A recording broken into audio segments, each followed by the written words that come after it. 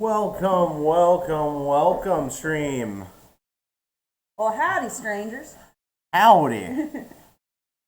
Welcome to our weekly stream. We're very excited to do this in a very Thunder Junction themed edition of our pack openings and Dungeons and Dragons stream. If you guys want to catch up on previous ones, we got the VODs up on YouTube. And we've got plenty of stuff to open up today. How you do, Pencil? Well, for one thing, I want to make sure that we're muted. Yes, I'm doing okay today. It's been a long weekend, but we're excited to get going on this. I'm ready mentally to do another D&D campaign one-shot as best I can. Yeah. I'm excited about doing that today, but first, we're going to open some packs, which I know everyone wants to see. We got a lot of stuff to open up today. We're going to move over to our visual guide here. So, we've got a bunch of stuff to take a look at that I don't think you've seen a lot of this before. No, I haven't. First, the big exciting one that we've got here is a secret lair. We have it. We got a secret lair Sheldon's Spellbook, which is really exciting, as a lot of people in my local scene know I have a commander cube. And do you know who Sheldon Menery is? No, why don't you tell me? So Sheldon Menery, as we begin to open this, is kind of the grandfather of the Elder Dragon Highlander format that ended up becoming Commander.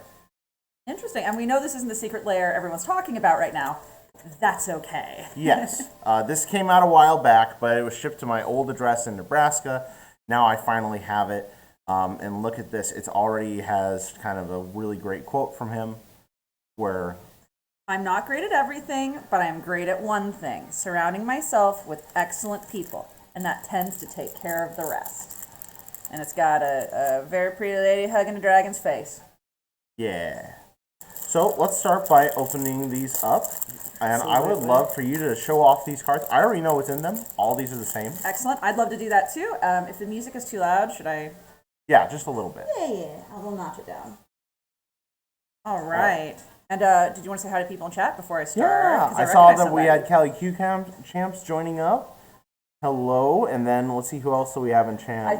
I know we have someone in specific coming. I don't know if he's here yet, but we'll say hi. Lasagna or Ven joining up. Lasagna. Awesome. All right. All right, here we go. So what do we have? All right, starting from the top, we have Keen Duelist. Ooh, there's a great picture of Sheldon there. He looks fun. His book is all drippy. Love that. We have Command Tower. It's a land. Add 1 mana of any color in your commander's color identity. It's very shiny. Yeah. We love the shiny. We have Soul Ring. A Soul Ring. Pretty one. And with the shiny on, it actually makes the shine of the ring look very nice. If you can do that. We have Sheldon the Commander, who he has quite a face on him. I don't know if you can see that well, but he's got this really kind of shit-eating grin on him. Yeah, this was actually one of the commanders of his favorite decks because we needed a format that people would just attack in Commander. People tend to pillow fort and say, I'm just a little guy, and he would just attack everybody. Got Ink Shield. That has a little bit less of a shine to it, obviously, but it's still very nice looking. That one's becoming kind of more of an all-star lately. Has it? Oh, yeah. Prevent all damage and then make a whole bunch of inks. Good stuff. Ooh! Bene Supremo. So this card is in Italian. Yes. Because this used to be Sheldon's kind of motto for the greater good. Incantesimo. Yes. Sacrifica una criatura. Pesca carte pari alla forza della criatura sacrificata, poi scarta 3 carte. La vita è bella. Yeah. There you go. You'll have to excuse my pronunciation. It's been a while.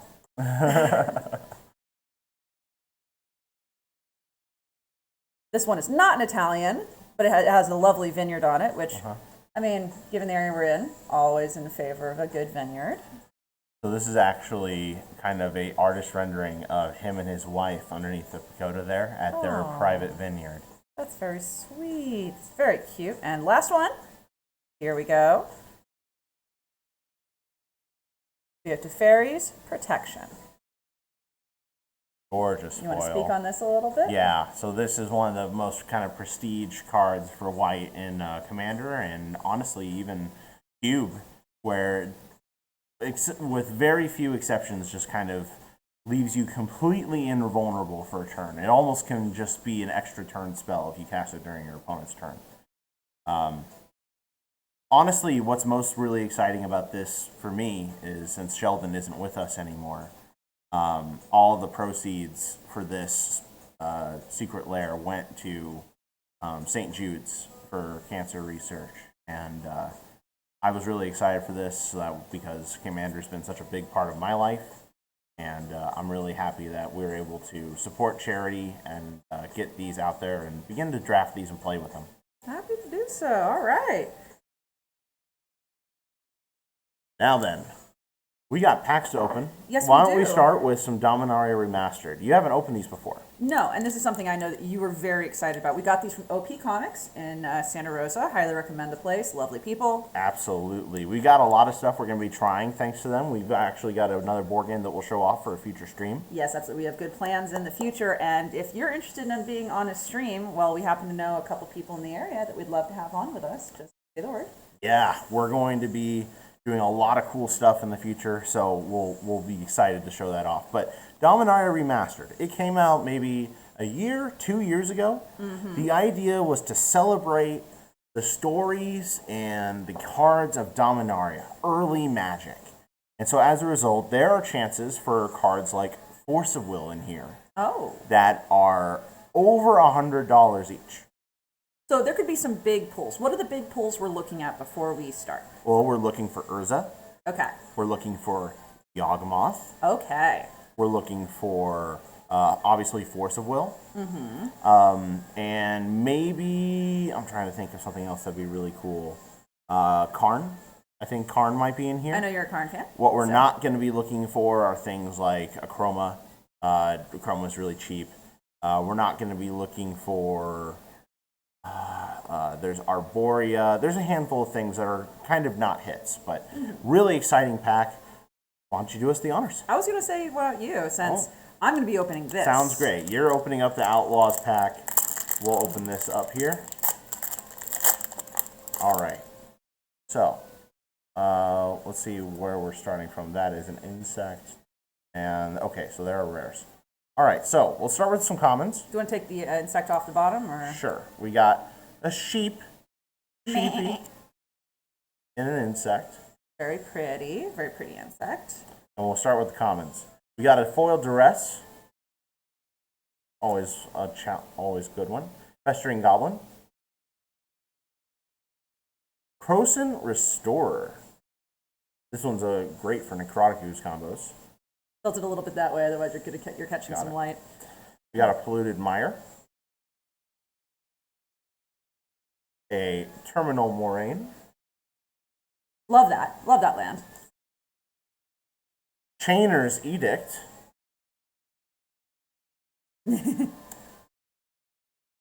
A Squirrel Nest. And we're on to uncommons now, so. And a nice old border island. Oh, look how pretty that is. Yay. It's even got the promo star at the bottom there. You see that right here. Oh, gorgeous. And now I believe we're into borderless and rares. So let's see what we got.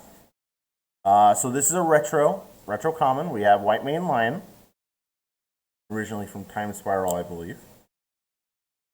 Invigorating Boon, old border uncommon.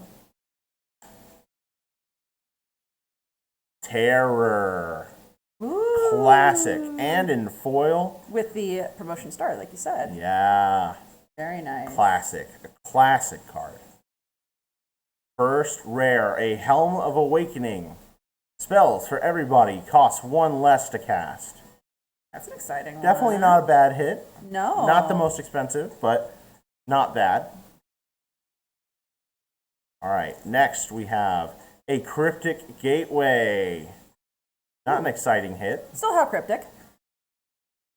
But we have two more cards, actually. Two more. Here's our next one. Let's see. Test of Endurance. The Mythic. Beginning of your upkeep, you have 50 or more life. You win the game. Oh. Oh, that's dangerous. Oh, I like that. Oh yeah, especially with your that. deck that tends to gain life. Yeah, I could make that a problem. All right, That'd be our mean. last big hit. All right, here we go. Let's see something really good. What do we got? Come on, let's go. Oh my God. Do you need to go take a walk? No, we're fine. I've just never actually owned one of these before. Not the most exciting hit, but this is a Mazavith. Incredibly powerful, borderless, rare, shiny.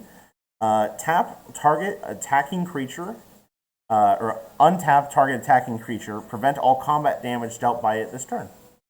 Very gorgeous. So it essentially just completely removes a creature from combat. How do we feel about this one? Well, that Mazavith paid for itself, I think. Fantastic. That pays for the pack. That's exciting. Yay.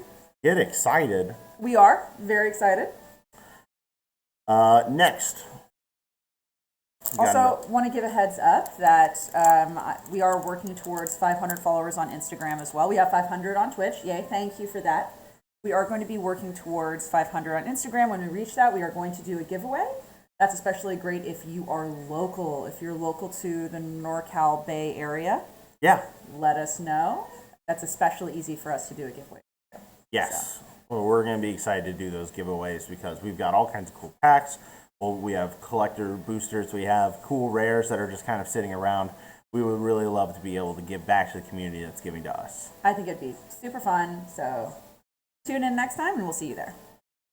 Next, we have some mystery booster stuff because, as I've been talking about on Instagram, I took a few pictures.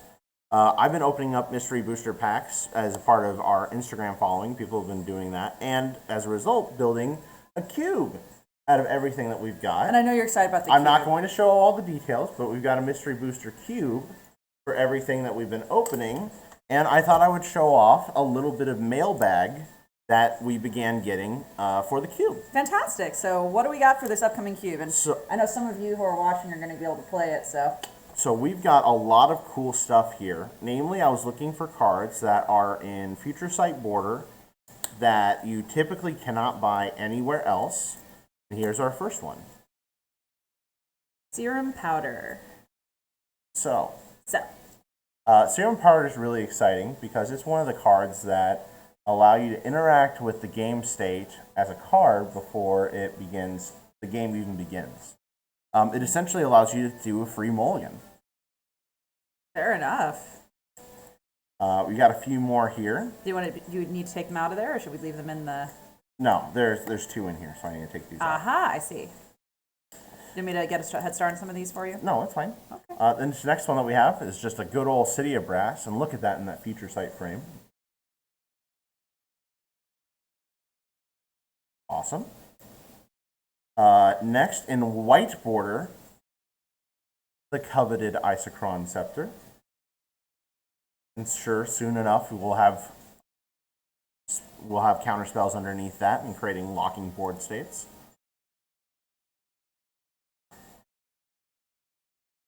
Up next, okay, maybe you can start opening some of these. Okay. Because I didn't realize some of these had tape. Here we Yes, they do. I was looking. All right. All of them have tape. go. Everyone loves to wheel their hands, so we've got a Winds of Change here.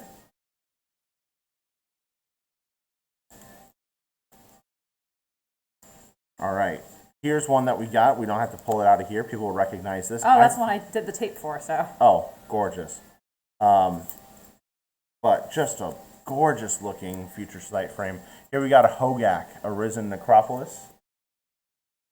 It looks so good, and I figured without a lot of abusable targets, this would be great in a Mystery Booster cube. You don't need the tape for those. I won't give you the tape for those.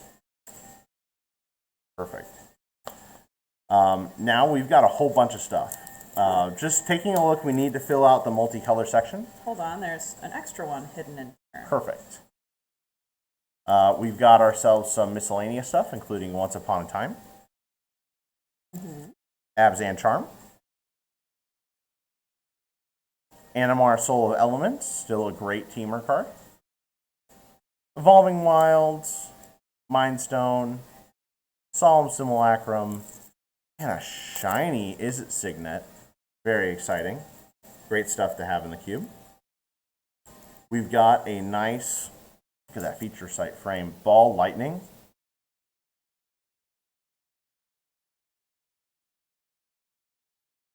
And then, this has a special thing on it. It has a thank you note. yeah, we've got a thank you note here from Giver. Thank you, Giver. Appreciate you. And it's great to support some of our local friends over at TCG Player that they were able to do that. And this one, very excited to show, we have Minsk and Boo. I have been trounced by this card in draft for weeks, and I can't wait to continue getting trounced by it. By a certain red player in the chat. Cough, cough. And? Yes, to keep our combos at bay, we have Flusterstorm. Gorgeous. And then last one from the mailbag.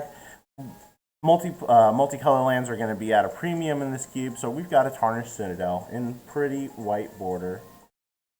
Really loving how the Mystery Booster stuff is turning out, and it looks just gorgeous. Fantastic. And then let's keep it going. We'll do Sure thing. a Mystery Booster. Do you want me to do it or do you want to do it? Oh, by all means, go for it. I was going to say, did you alert the MLP Magic folks? I did alert the Wonderful. MLP Magic folks. All right, well, I'm taking this pack into tiny pieces. I will say this pack is opening a lot more easily than some of the others I've Oh yeah, done. this feels like it's a thinner plastic for some of the It others. feels like I can just start. I'm not feeling Yeah. any tokens or art cards, which makes Yep. me sad, but that's okay. Go for it. So we're starting with Sentinel Silver.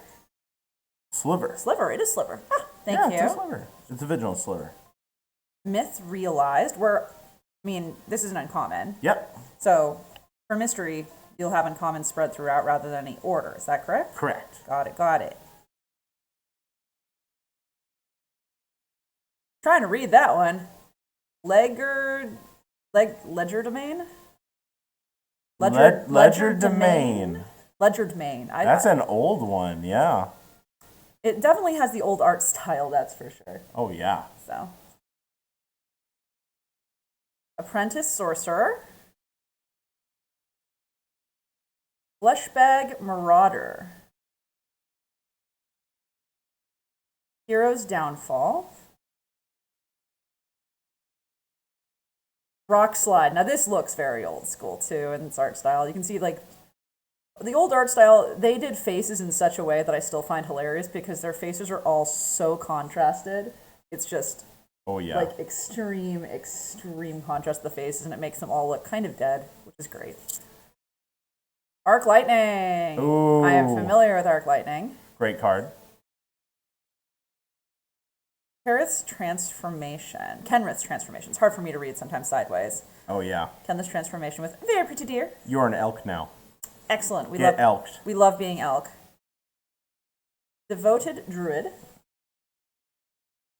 Now we're on to Conclave Mentor. Nice And little Selesnya card. if one or more +1/+1 counters would be put on a creature you control, that many +1/+1 counters are put on that creature instead. All right. And Ooh. Clever Impersonator. Is that a mythic? Yep, That that's is a a mythic. mythic. One of the better clones out there. It will clone a permanent. Doesn't just have to be a creature. Non-land permanent. That could be a very intense card. Oh, yeah. I'm seeing a white border. Onto the white border. Oh, a snow-covered land! Look at that! Look, it's a snow-covered land! It's so pretty! Oh my goodness!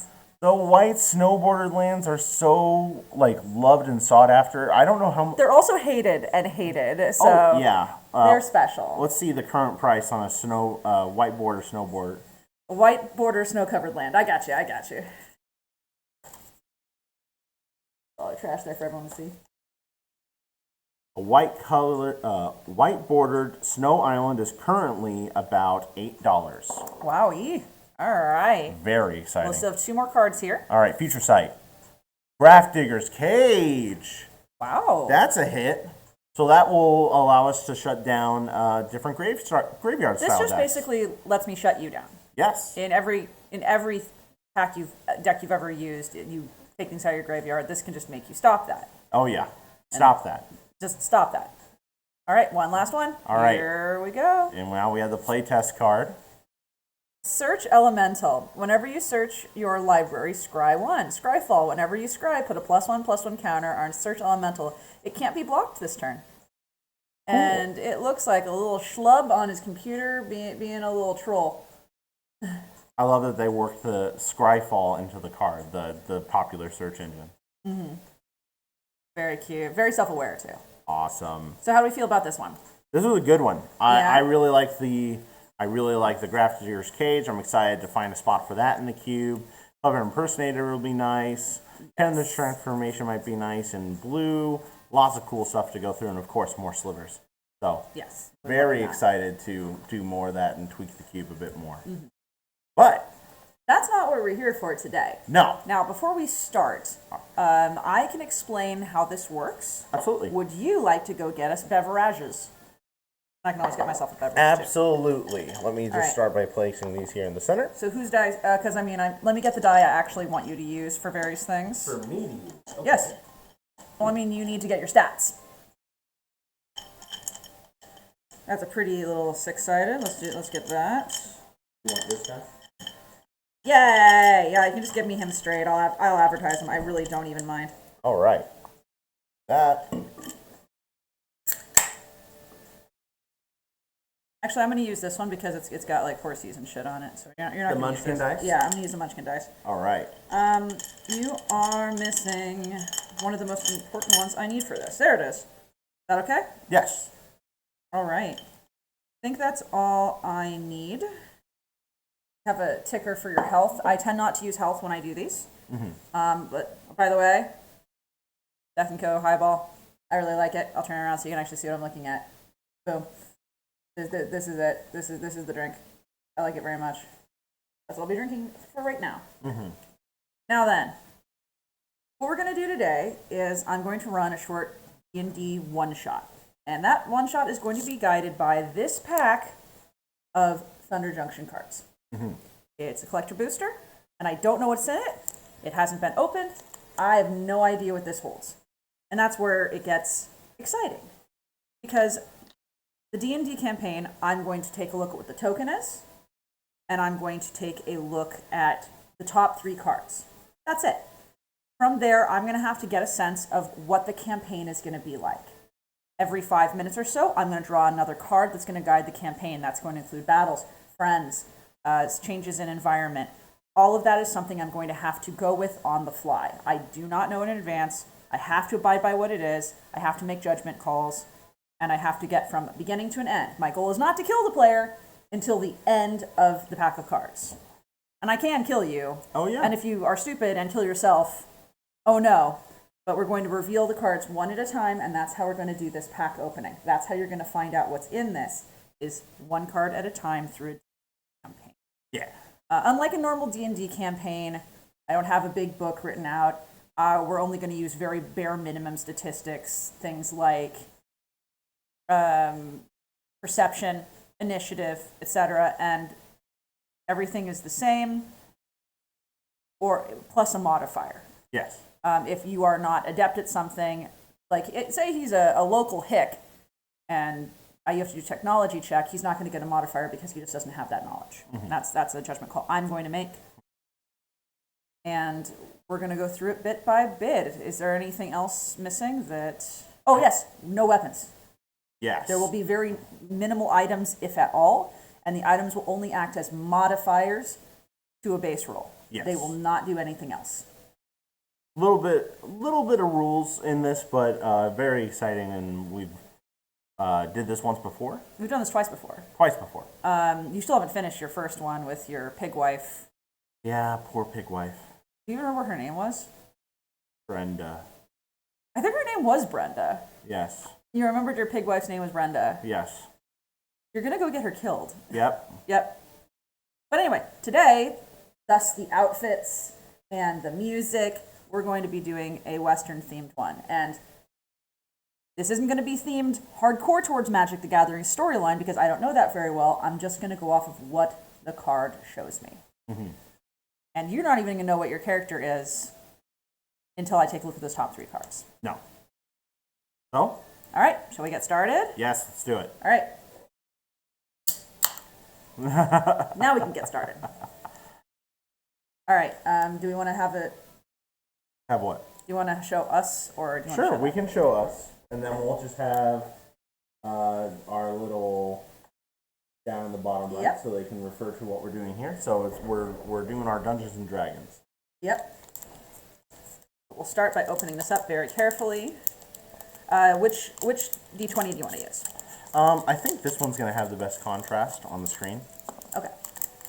That sounds good. Yeah, so that Honestly, can we make the box a little bigger? Is that possible? we can make it a little bigger. All right. You can see I'm just opening this up. Now, the fun thing about this is also that the rarest cards tend to be near the end of the game. Very exciting. Ooh, that looks good. That looks good. I'm looking at it on the screen. I think it's very, very visible. Love that for us. Cool. It may only maybe only the Tin Man! Tin Man. I haven't Thank you seen for you in a while. Hi, joining. Tin Man! It's a pleasure to have you here. It's hands-free in this economy. All right, so I'm going to start by just doing a quick check. Okay, cool. This is going to be, this is a token. I'm putting it over here. It's not Okay. for you to look at. Okay. I will use this later in the game. I'm allowed to use the token later in the game. Okay. Mm-hmm. I'm going to look at the top 3 cards without showing you, and I have to use these 3 cards. Okay. In any order to start the game. And I need about 2 minutes. You're welcome to vamp for like a minute or 2. Absolutely. While I decide what this is going to be about. Absolutely. And as part of the chat, you guys are going to help me decide a couple of things. Every now and again, you're going to assist me. But yeah, all right. So then we'll vamp a little bit. Go ahead. I hope everyone's excited. We've got a lot of cool things that I think we're going to be doing soon. We talked a few weeks ago about trying to upgrade this camera, which we're still doing a little more research. We want something that can really be a nice high definition. That way you guys can see it and have it on a good tripod. As you can see, this guy right now is kind of a little bit of a home setup. But also, I'm looking at adding maybe one day to our playlist during the week, and one additional streaming day, to do some arena content. Magic the Gathering Arena, I'm thinking we'll probably just do Historic Brawl, since it seems to be the easiest way to play the game without using a whole bunch of wild cards. We're still styling our content very much in focusing on how to bring new players on in a budget-friendly way, how to play the game without putting a bunch of money into it. And we're really excited to kind of take that angle on it. It's really easy for this hobby to just kind of become a massive money sink. And given that I'm working within a budget, my own personal budget, let's see how we can get other people to play within the budget too. So I'm ready for you. all right. I know what we're doing. I know the plot line. I'm going to need a character name for you. You can be male or female, depending on what you'd like to do here. All right. First and last name is preferred. Today we're going to be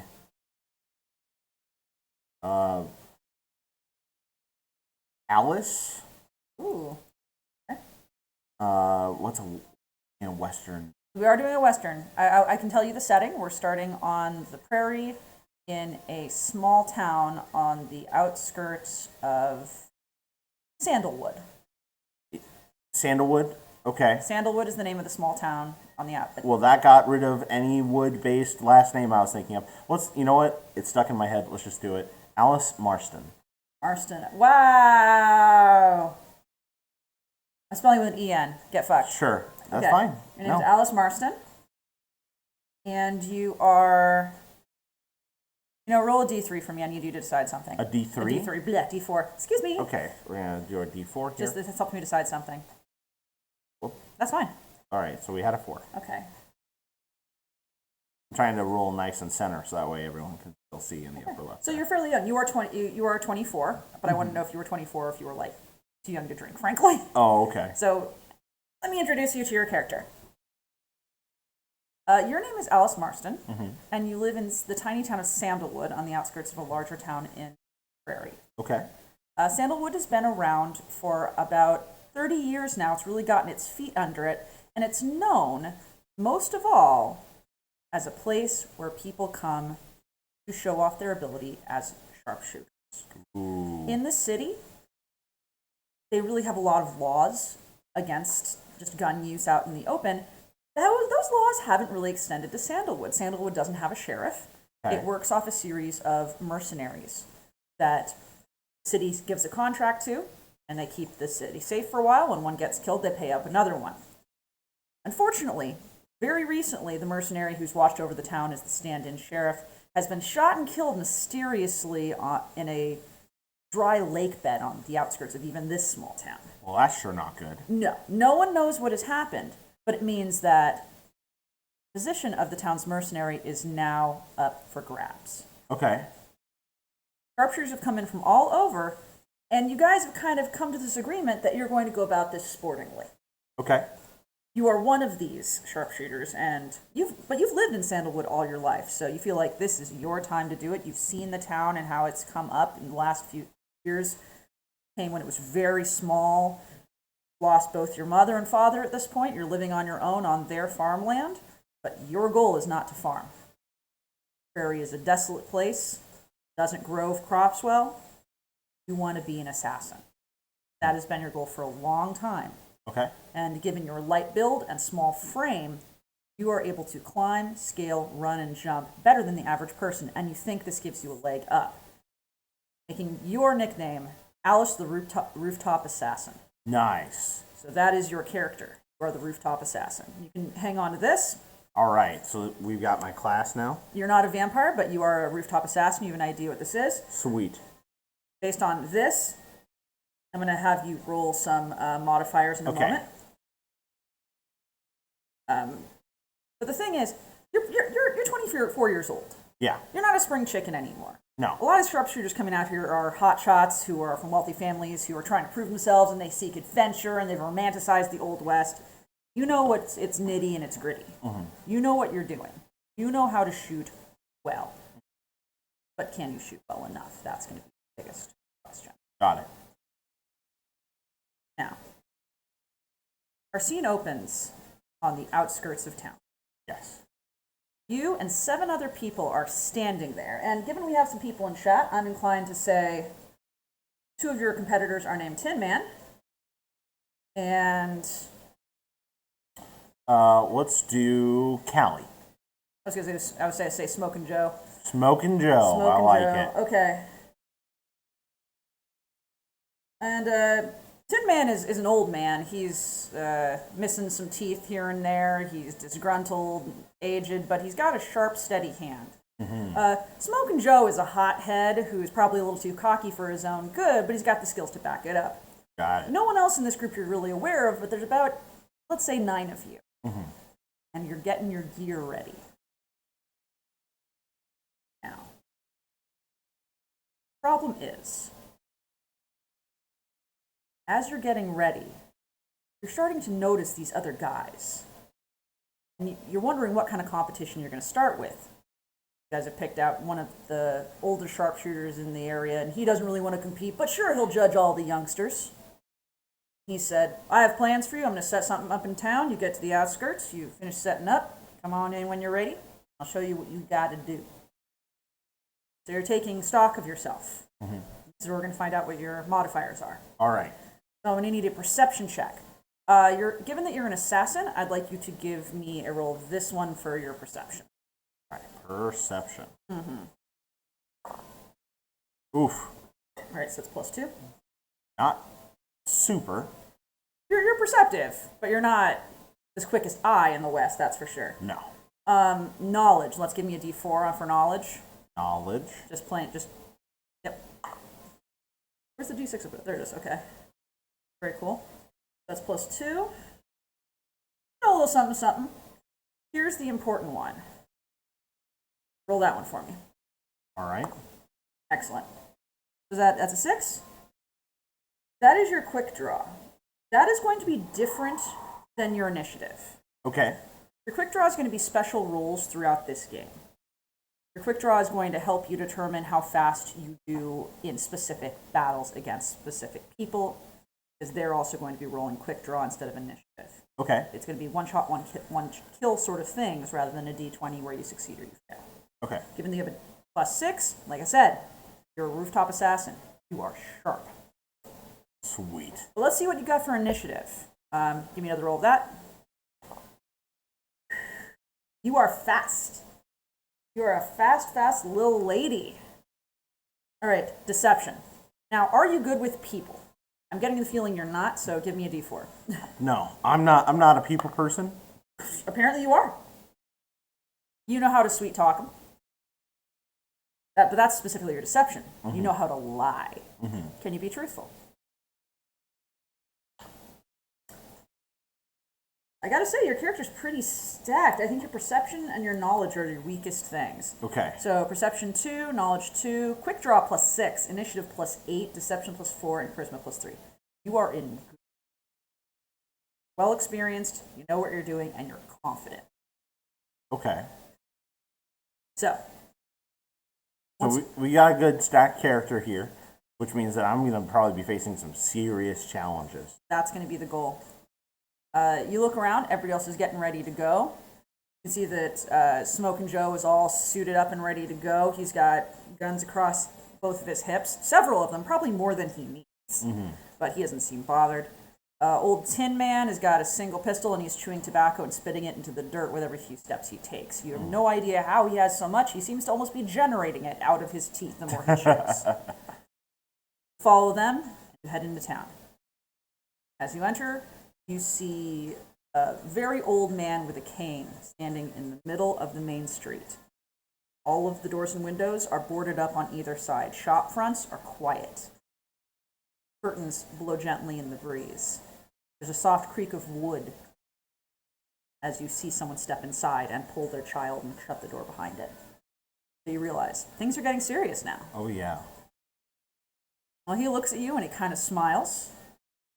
And I wonder if Chad, I don't think Chad can give me one fast enough, otherwise I'd ask. So, this is Humfred. Humfred? Humfred. PH. And Humfred, you're well familiar with him. He's an old sharpshooter who's lasted a long time, and he's the one who set this up today. All right. And he looks at you, kind of smiles. You see his large, puffy white eyebrows raise appreciatively as he sees all 9 of you and goes, well, now, seems to me that we have a little bit of competition today. Now, whoever wins this isn't necessarily going to get this mercenary contract from the major cities. But if we all agree to be honorable, if we all agree to abide by it, it'll narrow it down pretty well. Now, I may not be young, but I am not afeard to gun down a single one of you should you step a toe out of line. So are we all agreed to abide these rules? Absolutely. And do you mean it? Yes, I do mean it. So you're going to abide by the rules. Fantastic. Everyone kind of grunts their agreement as well, and they nod. Goes, well now, then I guess we'll start. Turns around, and he looks around the city. He looks back at you and says, see that? See what? Oh. Give me a perception. Okay. Alright, get +2. As you look around, you're able to see glints of light near the top of several buildings. You can't quite see what they are, but you know that there's something metallic. And you start to kind of realize what's going on even before he says it. He nods at you and says, that's right. Those are targets. Now, I set up some old cans on these different here buildings. I can easily have them replaced, too. per person. To start, I'm going to have each of you go one at a time. And I'm going to try to have you hit as many as you can before my head hits the ground. Now, I'm pretty old, so I don't throw that high no more. So hope you're ready to shoot quick. Who wants to go first? You want to go first, or do you want to wait? Well, they always say ladies first. The guys kind of laugh at this. They think it's a little bit charming. You're a small kid. You look adorable even though you're well into your 20s now. But you're easily underestimated. And you kind of know that. He goes, all right. Well then, what I want to see is not just you hitting the targets. Now, I didn't tell you that part, did I? No, I don't believe you did. Well, that's what comes from being too eager, young missy. Sometimes it helps to hear all the rules first now, don't it? And you can tell he's judging you when he says that, but he's very amused at himself. What I want from you is I'm going to throw my hat, get as many as you can before you hit the ground. But I want you to do it in a way that's impressive. Now, I can't tell you what's impressive or not. What I'm saying is you have to show me at least one trick shot. At least one. Bring your shots. Do it. I think I can do that. All right, all right. Well then, I believe it's time for us to begin. All right. The old man takes off his hat and looks at you. Are you ready? All right, so let's pause. How many targets are there? Like We're 5 to 7? We're gonna find out. Okay. So, we're gonna find out. So, like, I'm trying to figure out, like, before he throws the hat, what shot are we gonna try and do, and how we're going to do a kind of trick shot. I'm going to wait till he throws his hat. I'm going to explain it to you. We're going to slow down time, like we're going to do a slow time event the same way you would do in Red Dead. Okay. All right? Fair enough. That's what I was hoping we would do. That's what we're going to do. Cool. All right, so are you ready? I'm ready. Takes up his hat, looks you in the eye, and throws it brim first into the air so it starts to somersault. In your mind, time slows down to a crawl. You look. I want you to, this is an important one. I want you to roll a perception check again for me. Okay.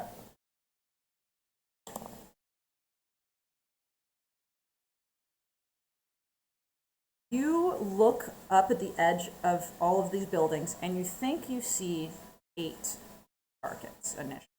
Okay. You're not positive though. You do not have any certainty on whether or not those are the only 8 targets. You can see them, but you're not certain for all of them. So you're going to have to make 8 shots at least, the amount of the time the hat takes to get to the ground. Now, if you'd like, you can make another perception check to see if you have an idea of how long the hat's going to be in the air. Okay, yeah, sure. All right. Okay. You can tell that you probably have to make about a shot a second to pull this off, meaning that whatever trick shot you pull has to be quick. Okay. Now, here's how we're going to do this. You have +6 to your quick draw and +8 to initiative. Initiative is just going to be battles and reactions. We are right now focusing on quick draw, so that's that +6. Okay. So I'm going to have you make a roll for each of the 8 shots. Okay. On one of the shots, you can tell me whichever one you like. You're going to be rolling at a disadvantage. That's going to be your trick shot. And you can describe your trick shot in any way you so choose before you roll that die. Okay. But you have to see if you pull it off. Okay. And I'm going to roll silently. I'm going to roll to see what it's going to take for you to hit. Okay. Okay? I'm not going to tell you what it's going to take for you to hit. Okay. But you're going to find out. Very cool. Please describe to me the 8 shots you take. I would like to shoot at each target, starting with the one closest to the gentleman to the one furthest away from the gentleman in a single arc moving pattern. It's going to be kind of scattered because there's one's farther away and closer across the street. Okay.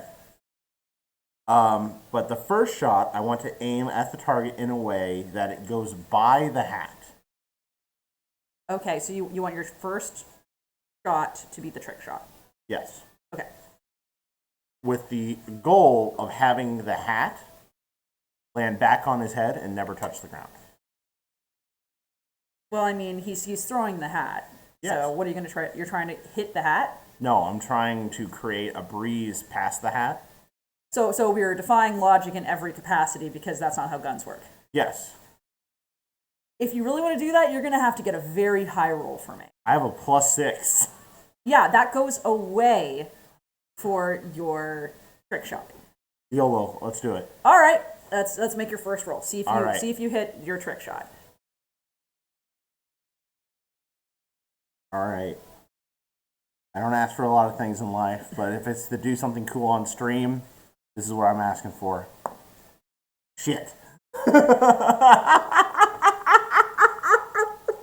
First of all, let's. There's one thing we haven't done. Okay. I'm not going to give you any sort of. So describe your weapon for me. Are you using a rifle, a pistol? What is your gun? I'm going to list that. We're going to use a traditional 6-shooter that I got from my pa before he died. Name it. Whistler. Whistler doesn't give you any plus or minus. Whistler just is. So you draw your pistol and you fire. And it kind of, in your mind's eye, you realize that you've fired really close to this hat. Like, enough that there might be gun smoke residue on this hat. It's a problem. You hold your breath as it zings right past the hat, and you hear the gut-wrenching ping of a bullet hitting metal. Okay. And you've gotten the first target, almost hitting the hat. Is that going to be your trick shot? If you're happy with that, we can leave that, or you can choose another shot to be a trick shot. But you also are going to take that disadvantage. If you're happy with that, we'll move on to the next 7 shots, and you have to get them. No, I'm not happy with that. You're almost hitting his hat. So we'll try and do something on the last shot, just that way we can keep the... If you feel confident. Keep an awareness on how much time we have. Yeah. So we'll go to the next shot. Cool. Simple shot. Simple shot. You move on to the next one, and you shoot.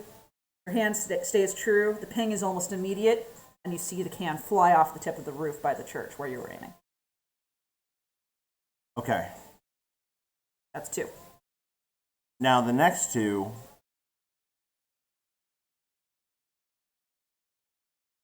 suppose we can't do something where it's like we try to hit one can so that it ricochets in a way that it hits another one. I will let you do it, but you have to make a disadvantage roll for both the shots. YOLO, we're on All stream. right, okay. Let's do it. Let's do it.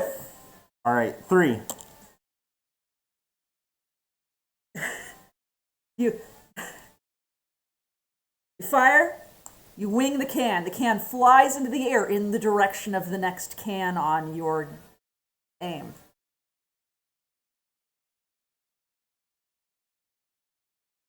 Is that a 20? That's a 20. You readjust your gun and fire. The second can flies into the air where it ricochets off of the other can in mid-air, and both fly in opposite directions to the ground. Let's go. Kudos. You gotta sink 4 more. All right, next. You move on, ping the next one without even a second thought. Next. Same thing for the next one. Bang, like it's a perfect rhythm, like you've done this in your sleep for all your life. Next. It flies into the air right off the tip of a mailbox part way down. The mailbox never even shudders, you hit it so clean. 1 more. Last one, I'm going to... You want to risk it? You just had a killer trick shot.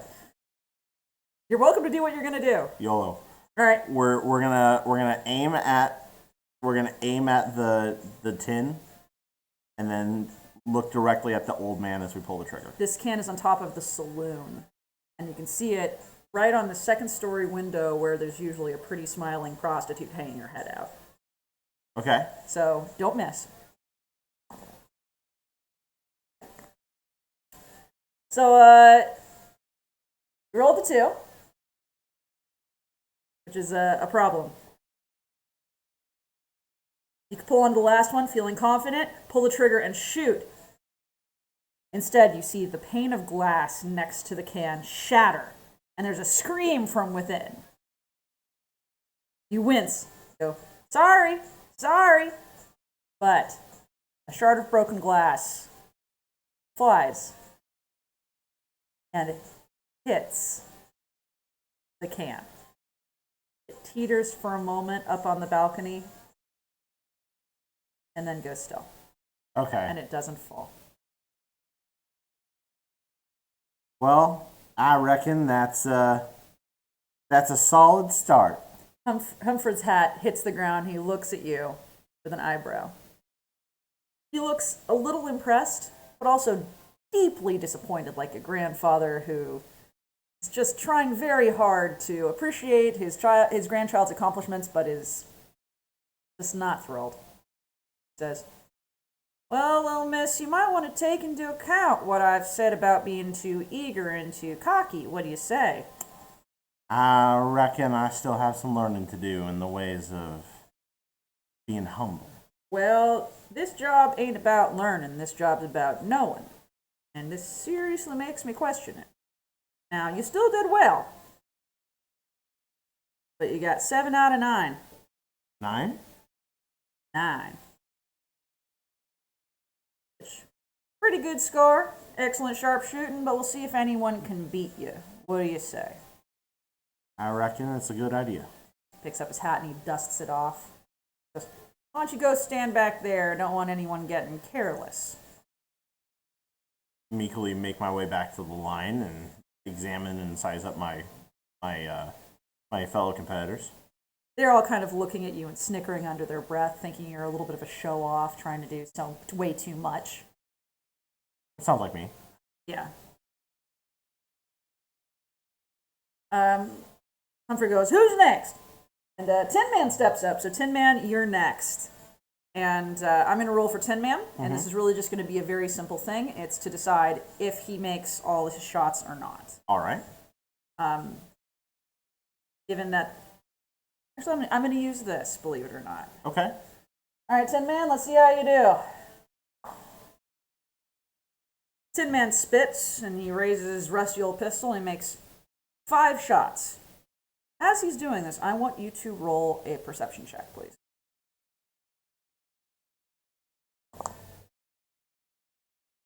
You look at the rooftops again, and thinking, you wonder how those cans got put back up. You're looking for that 9th can, and you still don't see it. But what you do notice is that no sooner has a can fallen than this white shape that flashes like desert sand swoops up with a fresh can and puts it up top. Okay.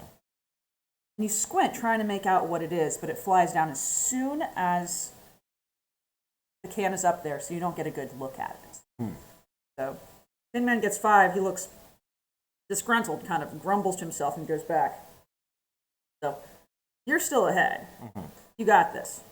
I'm going to roll for the next 5 people. Okay.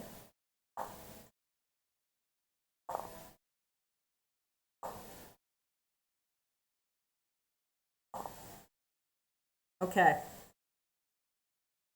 So only one person out of there has the same score as you. They've gotten 7.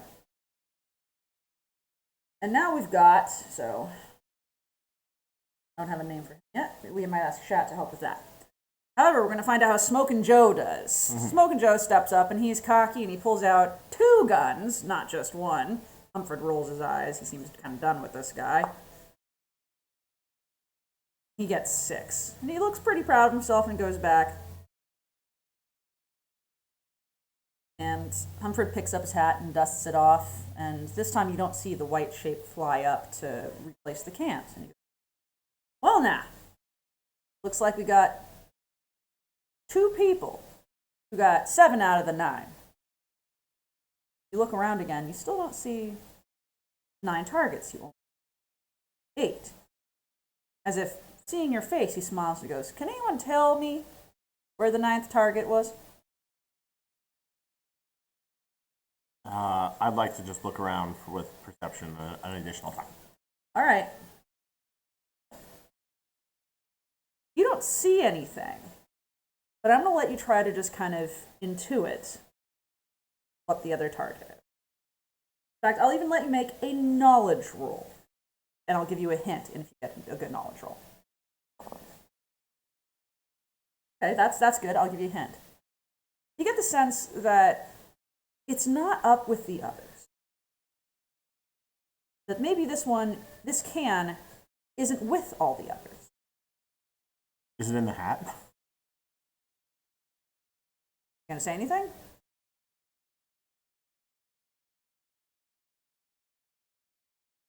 I'm just gonna politely ask if it's in the hat. All right, what does it sound like? Well, sir, one thing we didn't get to take a look at is inside your hat.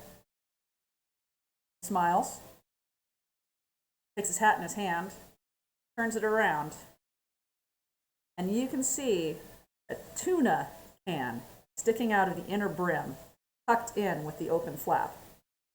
He goes, good catch. When you shot near my hat, I thought you'd figured it out the first time, but it doesn't seem to be the case. Still, we might have to have a little battle between you two. What do you say? I reckon that will be a true shootout. Well, all right. Now you look over at your new competition. Momi, thanks for joining today. Hey, Momi, you got it. Momi figured it out. Yep. Good job, Momi. Well, in that case, you know what? I needed a name for your competitor. Yeehaw, indeed. And Momi, that means because you figured it out, you are going to be the competitor that Priest is against. Sharpshooting. So you are the other sharpshooter who did well. Both Smokin' Joe and Tin Man scrubbed out. Tin Man, they grumble as this guy named Momi steps forward. Momi's a smooth-looking guy. He's got black, slick-back hair. He's dressed nice. He doesn't seem to be terribly wealthy, but it seems like he's done a fair amount of shooting in his day. And you get the sense that maybe some of this money he might have is ill-gotten gains. Maybe they. No. Androgynous. Nope, Momi's a man. Don't you tell me how to DM. Okay, all right. Momi's gonna be a slick-looking man with a toothpick in his mouth, a bandana around his neck, and dark black eyebrows. Okay. He's handsome, except for a thin scar down one side of his jawline. Gotcha. You don't get to tell me what people look like. That's my job. Okay.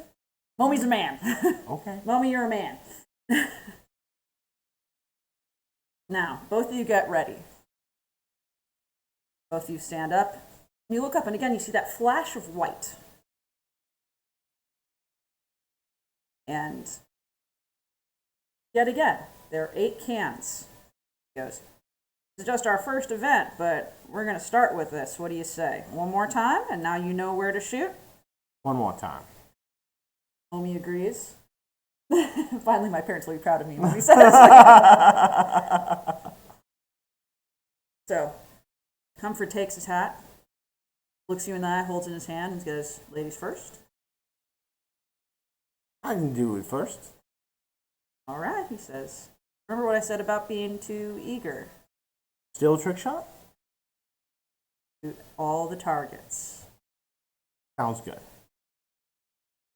Lowers his hand. Throws the hat into the air, and as soon as it leaves his fingertips, the sound of a gunshot rings out.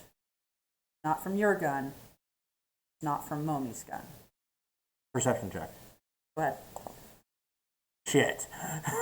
You're aware that it's not anyone in your group, and you have just enough sense to look down at Humfred. Time to see him clap his hand over his chest. He looks at you in shock, as if he's trying to make sense of what's just happened.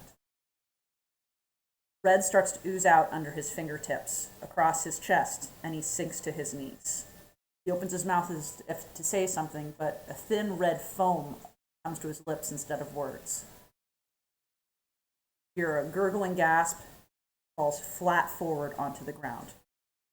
Shudders once, doesn't move.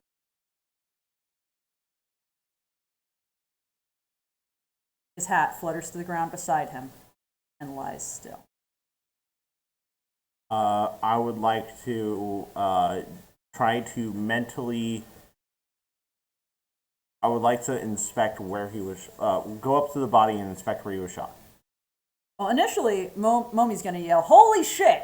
Okay. Momi is shocked by this, and he kind of staggers back. It's obvious that he's seen blood and killing before, but this is a very shocking thing, so it's clear that he did not do it. Right. You look at Momi too, and as you do, you hear a scream. Okay. It's almost the scream of a woman, Okay. but not quite. It sounds more like the scream of an injured rabbit. Okay. And with this sound, shadow falls across you, a thin, fast-moving shadow. And I'd like you to do a knowledge check for me. Knowledge check. 15. Fantastic. This time you recognize. You don't hear the sound of wings. You don't hear the sound of anything but a scream. And that white kind of sand dune color. You know that has to be a barn owl.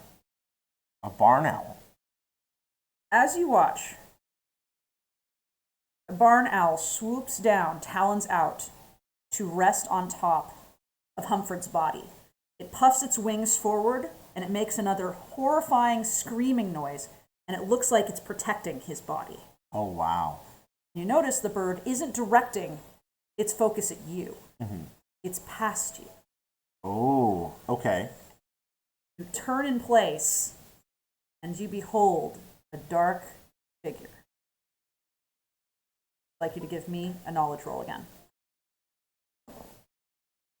16. It doesn't take you a moment to recognize this figure. This figure is not even human. It's not fully a man. But you know this. You've seen him around before. You've seen him come in and out of town, and no one ever messes with him. No one says a word. The only person who did was the former mercenary that had been hired, the one who was recently found dead. Gives a kind of chortling insect-like laugh. Holsters a pistol. A strange horse that looks like it's made of thorns rises in a rear underneath him as he calls out to you, "Ain't no one gonna rule this town, lest it's me." He raises a thorned-looking sword in the air and waves it above his head. Ooh. "Let this be a warning," he yells to you, begins to ride away. Momi leans over to you and asks, "Who is that?" Not quite sure how to tell Momi that was the Hard Bristle Bandit. Hard Bristle Bandit is one of the most notorious criminals anywhere around here. And he doesn't really seem to want to steal anything unless it's basic things that he needs to survive. His main goal is to kill anyone that he decides is in his territory. A while ago, he decided Sandalwood was part of his territory, but because it's in such dispute, it never really sticks. Now, with that kind of power gap, maybe he's thinking he's going to take the whole thing over. Well, I reckon we can't have someone like that running Sandalwood. Doesn't sound like he wants to even rule Sandalwood, says Momi. Sounds like he just wants us not to. It's like we've got our first wanted poster. Smoking Joe says, "Wanted to who? No one here is in charge. Are you saying you want him? I don't want a piece of him." I'm saying this is the challenge. Whoever gets the hard bristle bandit, gentleman's agreement, dead or alive, gets the contract. Now Tin Man looks at you and goes, seeing as you ain't no gentleman, what makes you think you're the one who's able to give us these edicts, young miss? Well, if I'm not a gentleman, clearly I'm not going to be able to do this just as easily as you, strong man, can. So don't that give you the advantage? All right, I'd like you to give me a deception check on that one. Fuck. Everyone has seen you sharpshoot. No one believes this. Not a soul. Not at all. But I want you to make a charisma check as well. Even though no one believes you, I was joking. they think it's entertaining as hell. Yeah. Momi in particular thinks this is hilarious, and Momi holsters his gun again because he pulled it out ready to go, and he goes, "All right, fair enough, but seeing as what's going on, I think we ought to maybe take Comfort inside the coroner's office and let him get laid to rest while we deal with it. It's only right." That's fair. I go to try and like is he just like dead, like straight dead, or like dead, and has a large barn owl named Strix. We're gonna the barn owl's name is Strix. Okay. Is puffed out over him like a battle mech. Okay. I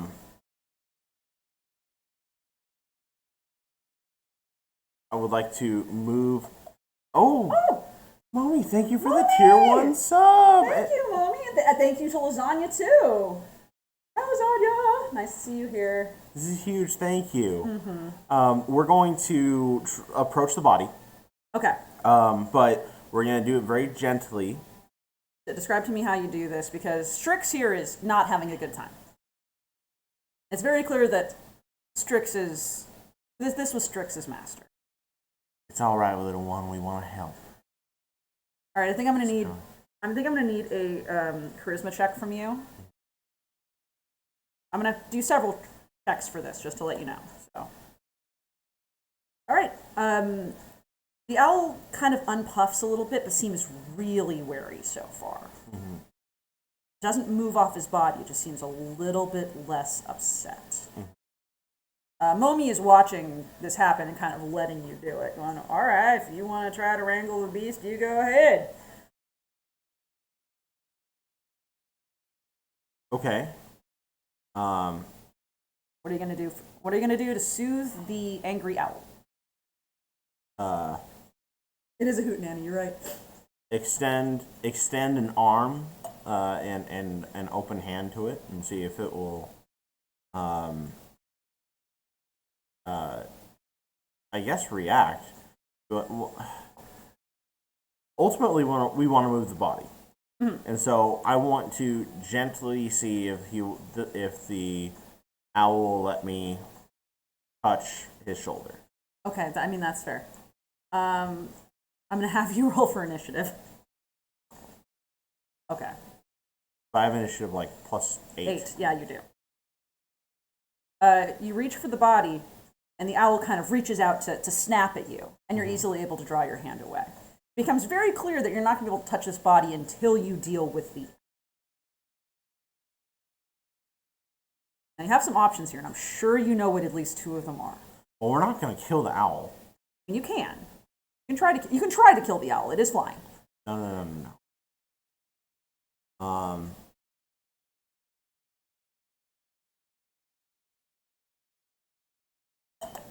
I guess I'm going.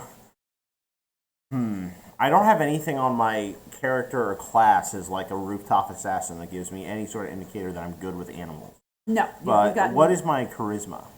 Your charisma is +3, so you're pretty charismatic. I guess I'll try to just basically like. Because there's no great way that I can like look to the animal and say, like, we want to take care of, we want to find who did this. I'm just having you roll on charisma in this case. Weirdly enough, your deception is better, so you could lie to the owl. But I don't know that you want to lie to the owl. No, I don't want to lie to it. Even if lying I'm better at, I think what I want to do is I want to get the owl to a place where the owl can join me on the hunt, so to speak.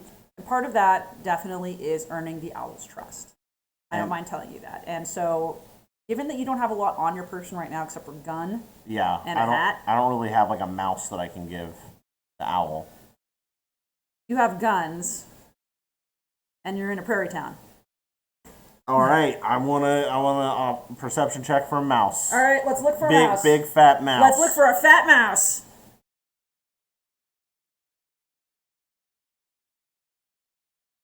You hear rustling. You don't see a mouse, but you can hear rustling under some of the porches by the saloon. That doesn't help. You can sort of hear where they are. I'm not telling you can't give it a shot. I'm giving you an unlimited ammo for this game. Okay. So if you want, you can try to shoot a mouse. I feel like that's what else do owls eat? Lizards. I'll give me a perception check. Knowledge check. Give me a knowledge check. Okay, cool. Owls eat mice, other birds, rodents just in general, snakes. Okay. Well, let's look for, the sky is blue and all the trees are green. Let's look for if there are any other birds, like tiny birds, that are available and hanging out. Mm-hmm. You see a small blue bird of happiness sitting on one of the signposts at the end of the road into town. I'm gonna shoot it. All right, give me a quick draw. Let me find out how fast the bird is. So, you raise your pistol, aim it at the bird, pull the trigger, and the thing atomizes pretty much into a small smattering of bird parts with a simple little tweet of pain. Everyone jumps except for the owl, who seems completely unfazed by this. This is going so poorly. I mean, there's a small pile of bird parts over there. Do you want to go get the bird parts? I'm gonna collect the bird. Okay. And try to reassemble it in front of the owl in a shape resembling a bird, and then gesture at it and say, "For you." First, give me a knowledge check to see if you know how to assemble a dead bird. I got 12. Sure, it basically resembles a pile of bird feathers and meat. It is in front of the owl. Now, I'd like you to make an overture towards the owl and give me a charisma check, or no, actually, give me a deception check. You're trying to convince the owl this is a bird. So give me a deception. You have to tell me what you... No, that's not how it works. Tell me what you said, and then show me if you got it. Oh, my fine owl friend. His name is Strix. You know this. Strix, we wish to avenge your master. We wish to catch the, oh my gosh, the bandit, the hard bristle bandit. I would like to give you this gift of bird as a peace offering, so that way we may be able to lay your master to rest, and I can enlist you on this journey to avenge him. All right. Deception. Fuck it! God damn it! This is going so bad! Oh my god! The bird blows partly away in the wind, and the owl looks at you like, "Are you fucking kidding me? I'm gonna check something." Okay. Cool. That'll be okay. The owl seems to look at you with these black pupilless eyes, and somehow, even in these emotionless eyes, You see a flicker of pity. It's like the owl knows you're trying. All of his feathers settle, and he rests back and kind of watches you as if waiting to see what the fuck you're gonna do next. No, we can do this. We're gonna look for lizards. Momi, at this point, has settled himself, as well as everyone else in the 9 people, and they're just watching you. Momi's going, you know, I could just shoot the owl. No, don't you fuck this up for me. I'm gonna have a bird friend, and y'all are gonna sit and watch. Okay.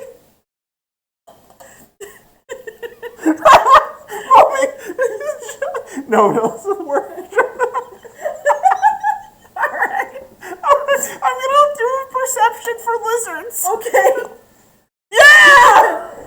You see every single lizard around you. There are 5 lizards in your vicinity, all sunning themselves, who've come out since all the shooting stopped. What would you like to do? The shooting stopped. Well, it's because you've been trying to gesture at an owl with a dead bird, okay? Should I stomp it or should I shoot it? Your quick draw is +6. That is arguably... I'm gonna shoot it. Okay.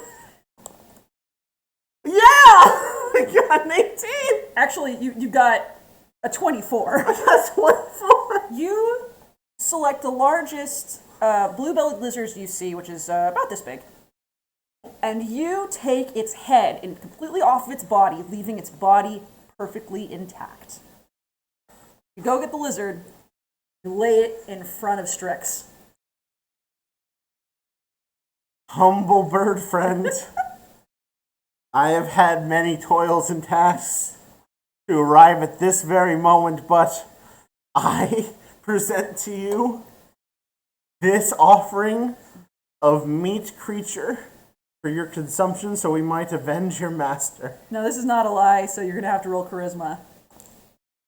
Okay, 14, we'll take it. We'll take it. That's a 17. That's a 17. The owl, having seen all of your antics so far, you have gained its trust. It trusts that you are at least of noble intent. And it steps off of Humford's body. And Tin Man looks and goes, fucking finally! Can we move him to the coroner's office now, please? Yeah, Momi, go ahead and move the body. Mommy looks at you like you're full of shit. He's like, nah, we waited this long, you're helping us move it, okay? Strix is meanwhile chowing down on this. Alright. So, what do you guys do? It's just like, kind of army pick up the body and move it to the coroner's office. Alright, you move the body to the coroner's office, you come outside. Meanwhile... Okay. That's fine. Strix has decided not to eat the lizard. He's actually not interested in the lizard at all. He's just kind of accepts your offering, but he's not interested in eating it. In fact, he seems much more interested in you. He's just entertained by me and wants to see how terrible it goes. Yeah, it's not like he's coming to land on your arm, but he seems interested in you. Okay. Alright, Strix, we need to go get... Strix. Alright, Strix, we need to get the hard bristle bandit now. Dead or alive. Preferably alive. Why? So that way he can answer to his crimes. Momi looks at you like you're insane and goes, he's got so many crimes, and if he is alive, he will kill you like he did the previous mercenary. Why in the hell are we not just shooting him dead? You are an assassin.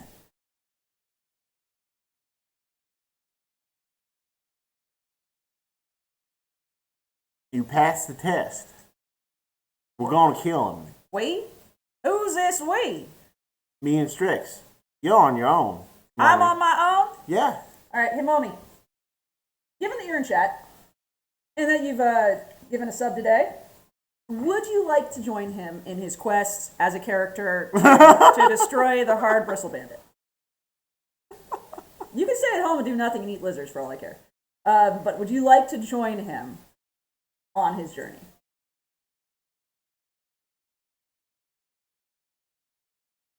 We got an absolutely. All right. So we have another character. I'll tell you what. I'm going to roll for your initiative because I'm just going to give Momi initiative. He's going to have base stats, but he's going to have an initiative. All right. 13. All right. All right. Well, we'll make a deal then. If we're gonna be partners on this, person who lands the kill shot, they are the sheriff. The other's the deputy. All right. That sounds all right to me. But if you die, I'm keeping it out. I like it. Fair enough. All right. Now, you look out in the direction that the Hard Bristle Bandit left to, and he was going to a high-walled canyon. Mm-hmm. By the way, this game's going to take a little extra long. I didn't expect you to take so long to get Strix. Holy shit. There's a canyon out that direction. Mm-hmm. To the left of that are some wide, long sand dunes without any path through them. Mm-hmm. You're aware that that is potentially a shorter route, but it's hotter, and it's very, very easy to get lost. However, yes. Through the canyon, you're aware there are all sorts of varmints that you might come in contact with. All right.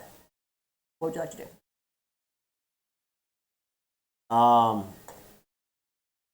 Well, we're fully loaded. You're fully loaded. Okay. And do I know the general whereabouts of where the bandit typically stays? You're just aware of where he was headed to, and you're aware through that canyon past that is the dried lake bed where the previous mercenary was found dead.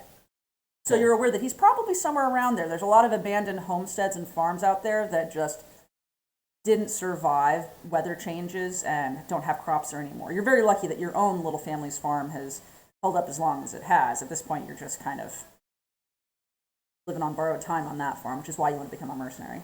All right. Do we have water resources in case we get... both of you have your flasks of water, both you and Momi. Okay. And now you have an owl. Now we have an owl. Which, by the way, here, you get to have Strix. Yay! You can keep Strix. Sweet. I think we're going to set off in that direction at a gallop. Which direction? Where are you going? You gonna go through the canyon or across the dunes? The dunes, there's no real landmarks, and it's gonna be hard to find your way. However, there's critters in the canyon. Nah, we're gonna go down the canyon. I ain't afraid of a fight. Okay. All right. Momi looks at you and goes, "Lead the way, I guess." Now, you both get to roll a 6-sided die. Roll it. Cool? Cool. 3 and a 2. What are these values? I'm going to find something out. Okay. I'm going to do a random name generator, and I'm gonna roll twice for Momi. Okay. And 3 times for you. Okay. All right, ready? Yes.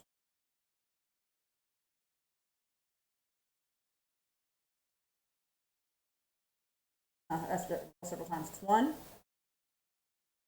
2, 3. Cool. That's a wild name. So you have an Irish pony named Ilswin. Elswin. Ilswin is your horse. You have, and it's a pony. It's a little Irish pony, little Irish mare. All right. So you're gonna hop on her, and nice. And Momi's gonna hop on his mare, Demetra. Very cool.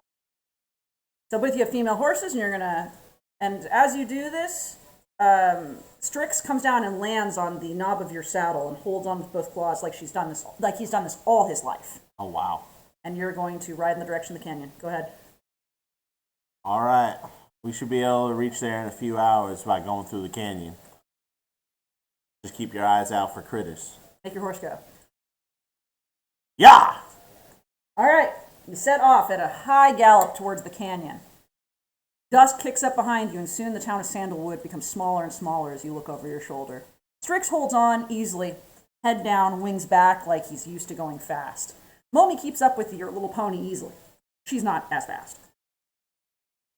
Canyon walls rise up on either side, turning hues of orange and red to the point where it looks like everything has been painted with Indian paint.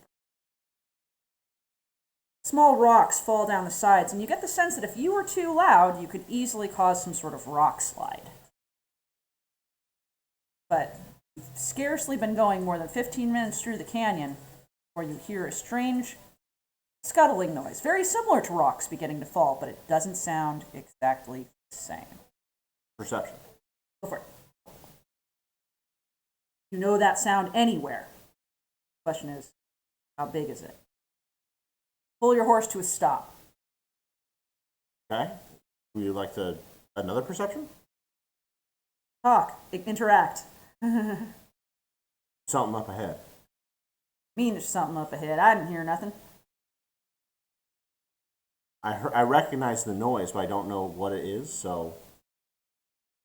knowledge? Do I roll knowledge? So I recognize the noise, but I don't know what it's called? Yeah. Okay. You recognize the skittering of a canyon crab. A what? A canyon crab. Oh, it is time to become crab. These massive crabs, you are well aware, like to scurry down at things that get caught in the canyon floor and tear them apart with claws. Usually there's more than one. Because once one shows up, the others come in and they crowd you like a swarm of insects. Oh my gosh. Yep, Mommy, crab. So you're aware that you need to stop one before it calls its brethren. You want to let Mommy know what's going on? We got canyon crabs. Well, shit. I mean, I knew a hooker who had crabs once, and that was mighty terrible. Is this much worse? Playful, look at the camera, laugh. Why did you roll for that? For effectiveness, to see if Momi laughs too. Mommy looks at you and goes, who the hell are you looking at? The audience. What? Never mind. Okay. All right.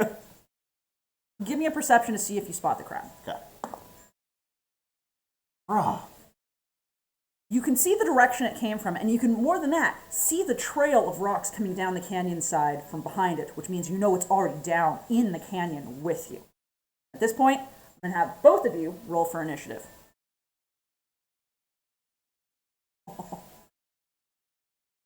Okay. Very cool. So, Momi looks up and goes, fuck, that's a huge-ass crab! And points. And out of the dust seems to emerge this large blue and tan shape that makes a squealing noise as if it going to call. Shoot it. Momi has initiative, but there's somebody else we haven't rolled for initiative. Okay.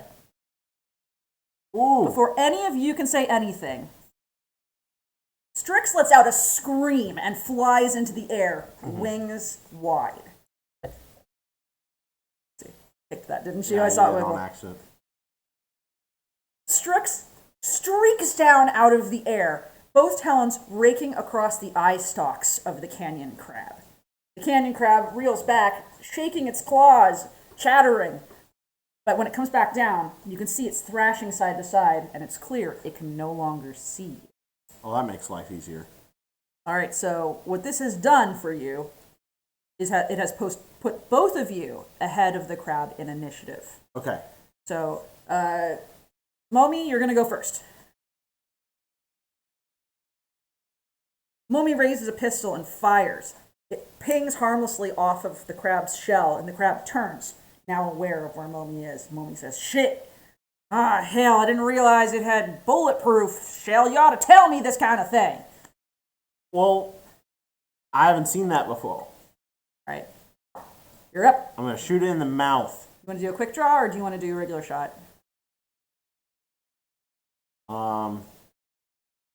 Actually, I'm a rooftop assassin. Yes, you are. I'm going to try and find high ground.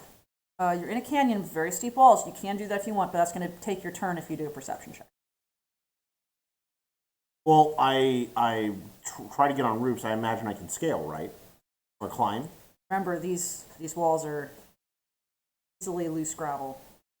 Start climbing too hard. It's going to be a hard throw for you. You want to try to get up high? I respect that. That's perfectly reasonable, but it will take your turn to get up high. All right. What's the worst that could happen? All right. 7's fine-ish. All right. And I'm going to give you +2 to that for knowledge. Okay. You run to the canyon wall and you scrabble up onto a low ledge that's about 5 feet off the ground. So you're a little bit higher. The crab is about 5 feet tall itself, so you're at least a little harder to reach with its claws, but it can still grab you if it knew you were there. Hear a trickle of rocks below you that start to pile at the bottom. And Momi looks at you and goes, "Are you fucking crazy? You're going to cause a landslide if you do that." Trust me, I've done this before. All right. The crab whips around and looks at you as if feeling the vibrations that you've caused against the canyon walls. Okay. And he rushes towards you. He snaps fruitlessly at the air, but gets considerably closer to you in the process. He seems very focused on you. As if sensing this, Strix again screams and comes down, again raking at the sensitive eye stalks. The crab reels back again and takes a step away from you. Momi goes, "Well, goddamn, it looks like its face is the weak spot." And Momi raises a pistol. Take a shot. Fires, and the base of one of the eye stalks of the crab explodes in bits of white jellied meat. The crab again makes a screaming noise. You get the sense that one more scream like that, and this crab is going to summon its friends. Okay. What are you going to do?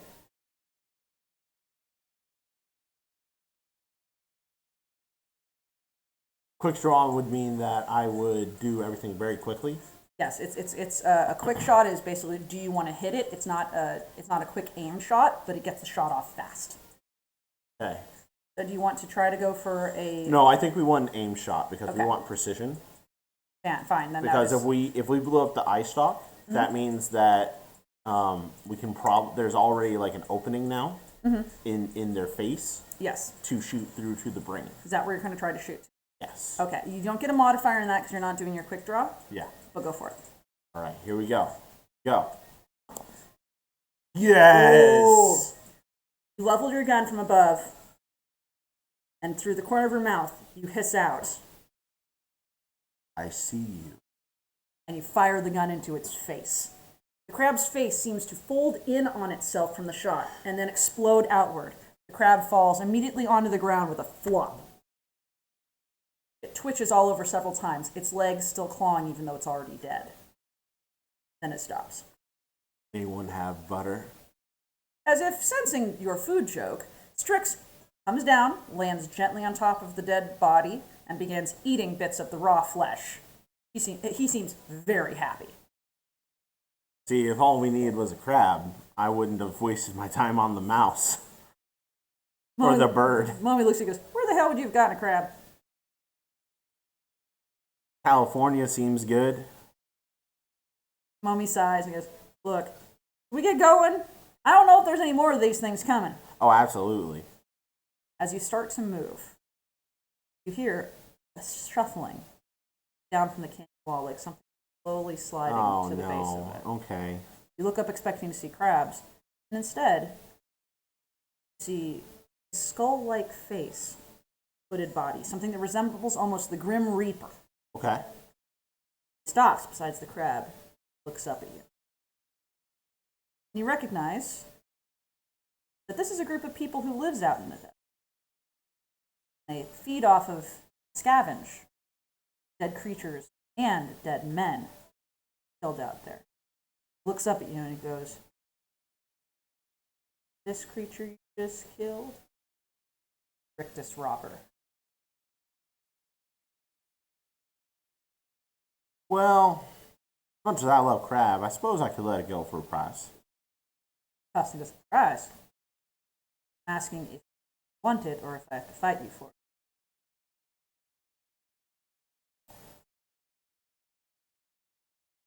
I would like to look at Momi for an unspoken conversation. Okay, sure. Give me a charisma check to see if you and Momi can even communicate this way. All right. Momi will get the idea. This guy is just standing there looking at you with his throat just rattling like it's full of mothballs. Strix has retreated to saddle where he's sitting looking. What are you going to do? What are you going to say to Momi? I mean, we're kind of already on a mission. You can just give it to him. Momi looks at you and seems to kind of go, yeah, I don't see the point in kind of trying to keep a dead crab we have no way of transporting. It's very clear you both agree on this. Yes. Have it. Much obliged, he says, and he brings out this glowing red knife and begins just burning away the shell. That knife's cool. Where'd you get it? Made it. You made it? Yeah. Will you make them for a price? I might. Don't think it's a price you'd be willing to pay. You have a card? Hard, he snorts as he can cut away the shell. Look, I'll tell you what. You seem nice, so I'm not going to kill you. But these knives here, they're made of the lives of others contained in stone. Now, I can't make these unless I take lives. Are you volunteering? Nah. I thought. Now, look, why don't you get going? I've seen enough people come through this canyon today. This is the first thing I've been able to get from any of them, so move on. Peace. I'm gonna have Momi roll a perception check. Momi, see if you do good. Momi looks and goes, you mentioned someone else came through the canyon. Did you notice that? Oh, shit! Who else came through the canyon? I was that big asshole with all of the knives and thorns on his body. He was riding fast like he had a long way to go, but that pace, I don't think he could have gotten much farther before his thorn horse needed a drink.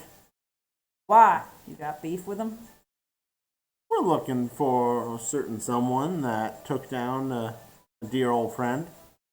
Well, good luck. I wouldn't want to be you, but I'll tell you what. I'll keep an eye on you. Maybe I'll see you later if things don't go your way. Sounds like a plan. Momi looks at you. One last question. Momi looks at you and goes, you realize he's saying he's going to kill us, right? He's going to scavenge our bodies if we die. You realize that's what he's saying. We'll be ready. Okay, fine. I mean, we'll be dead, so. Yeah. Okay. If he can't scavenge us if we ain't dead, and if we did, we're ready for him. He sighs and he goes, okay, whatever, man. Let's just go. You were going to say something to him? Where would his thorn horse need to get a drink around here?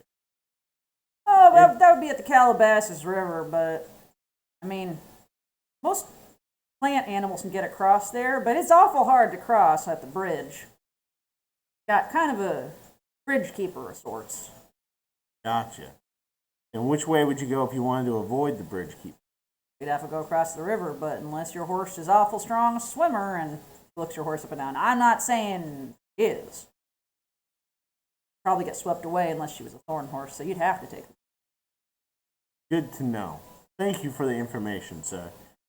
Until I'm dead. Till you're dead. See you soon, bud.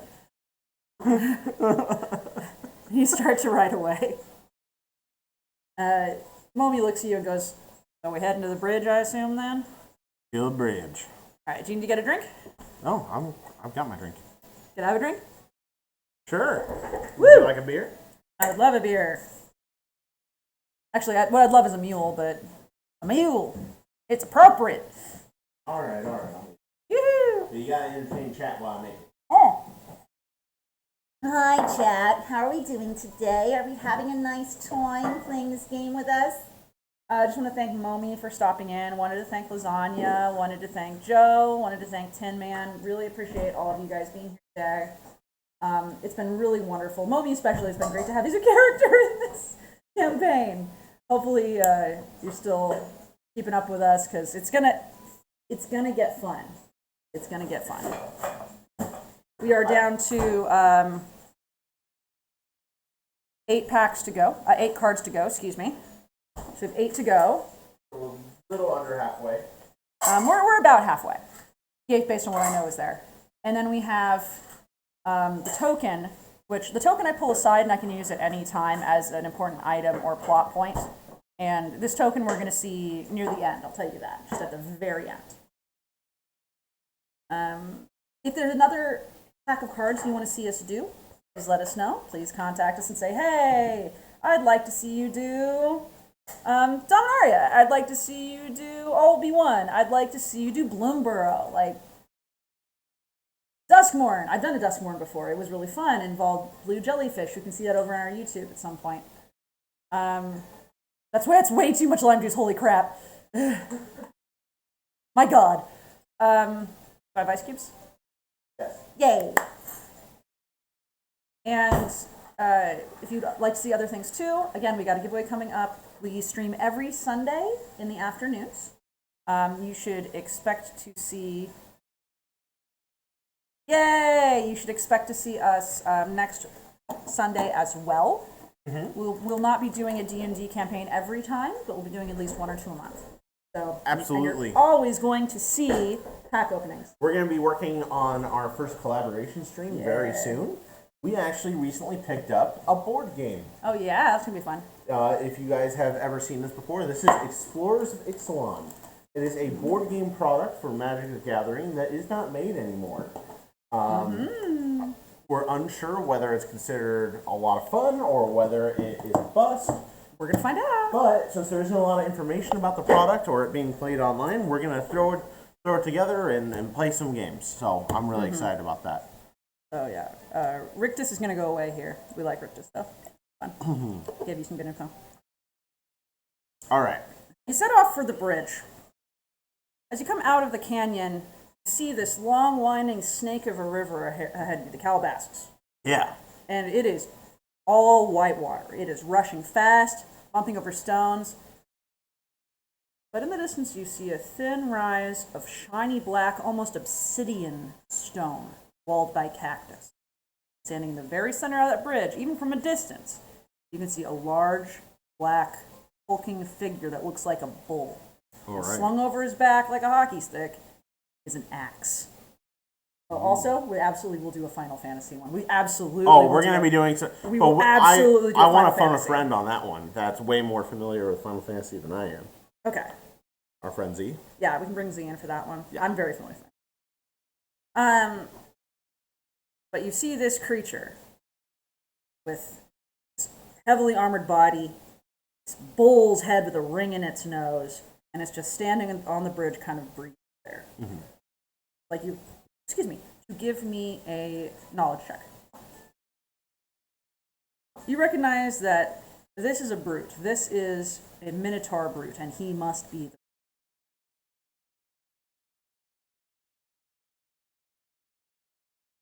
Well, what do I know about Minotaurs? Minotaur brutes. You know that they are kind of fond of outlaws like yourself. Okay.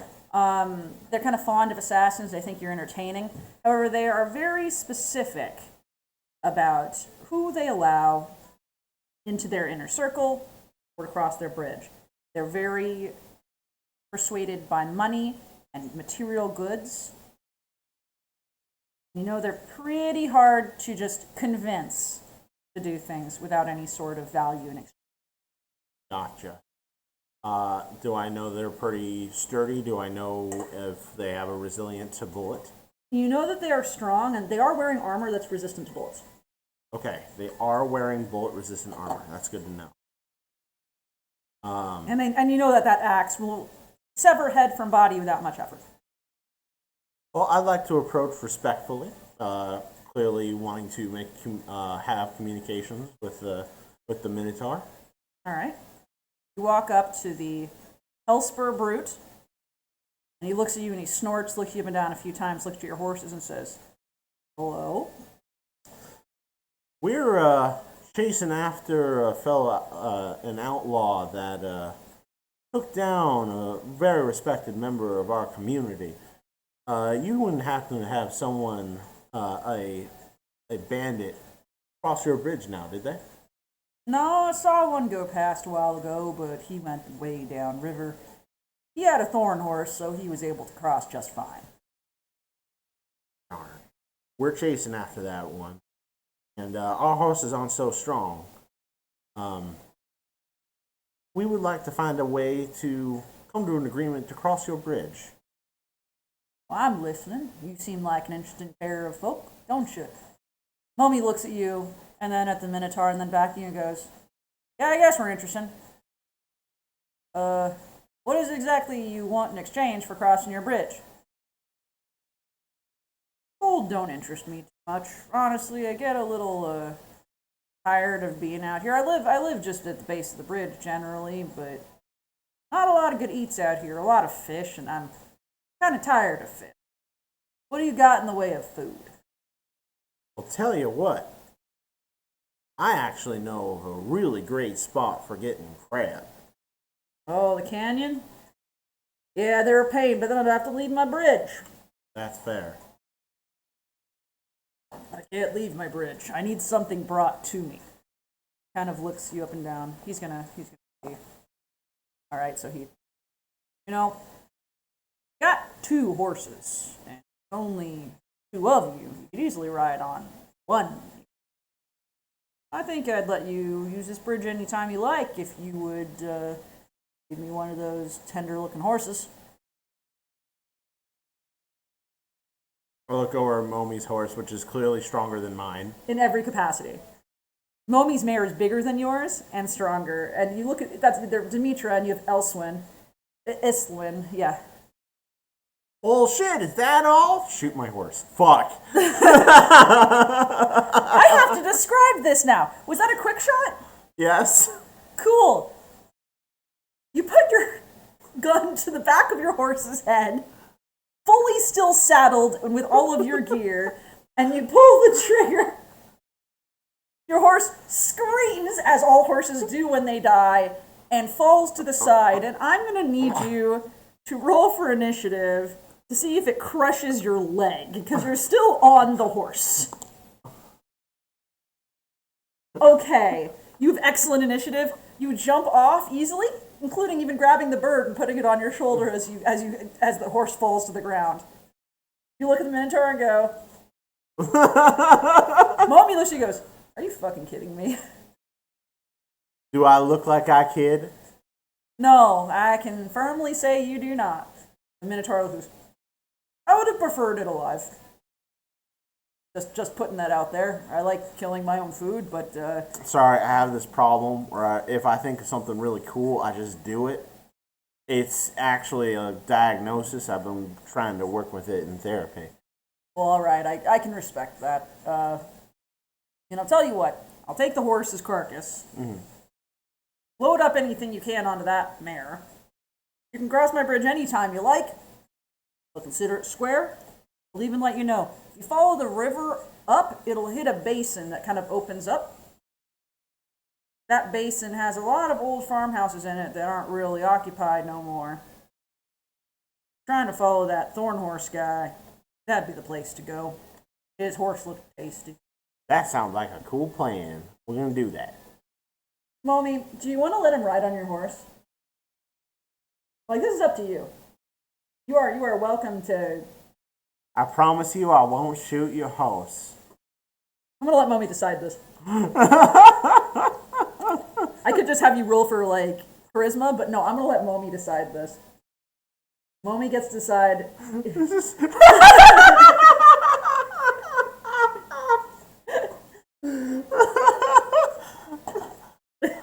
I want to see the roll. All right, we'll roll for charisma. Are you convince Mommy? No. Convince Mommy, then roll.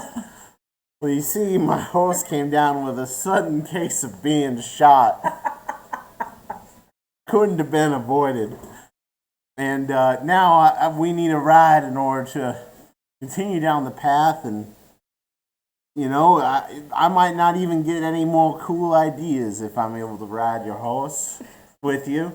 Your horse, not mine. Definitely your horse. Shit. All right, with your charisma.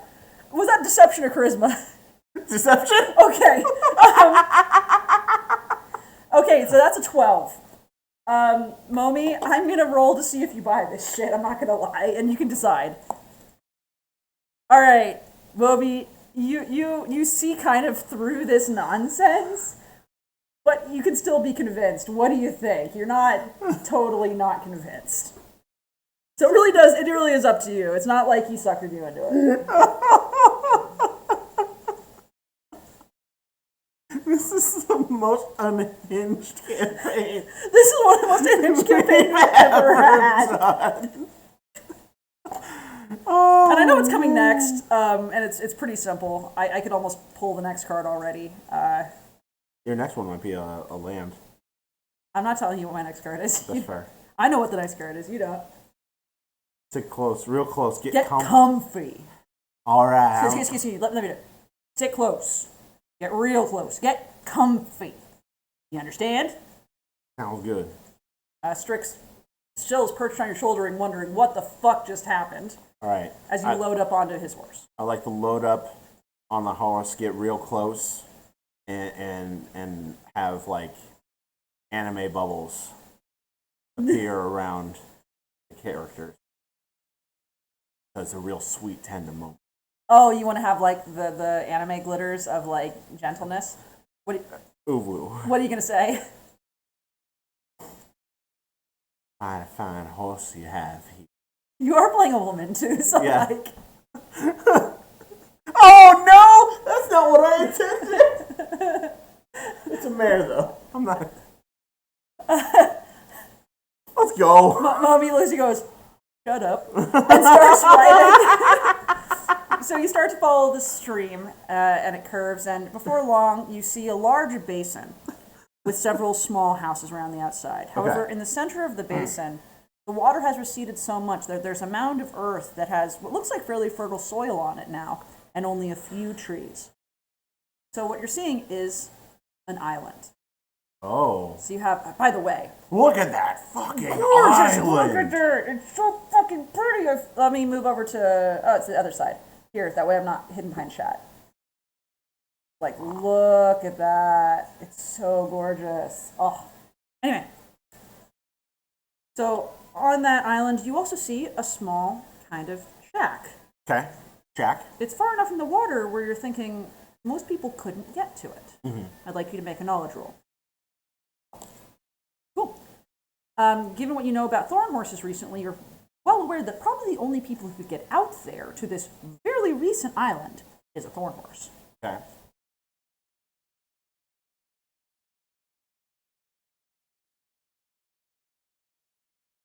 You're excited. Yep. I don't know why.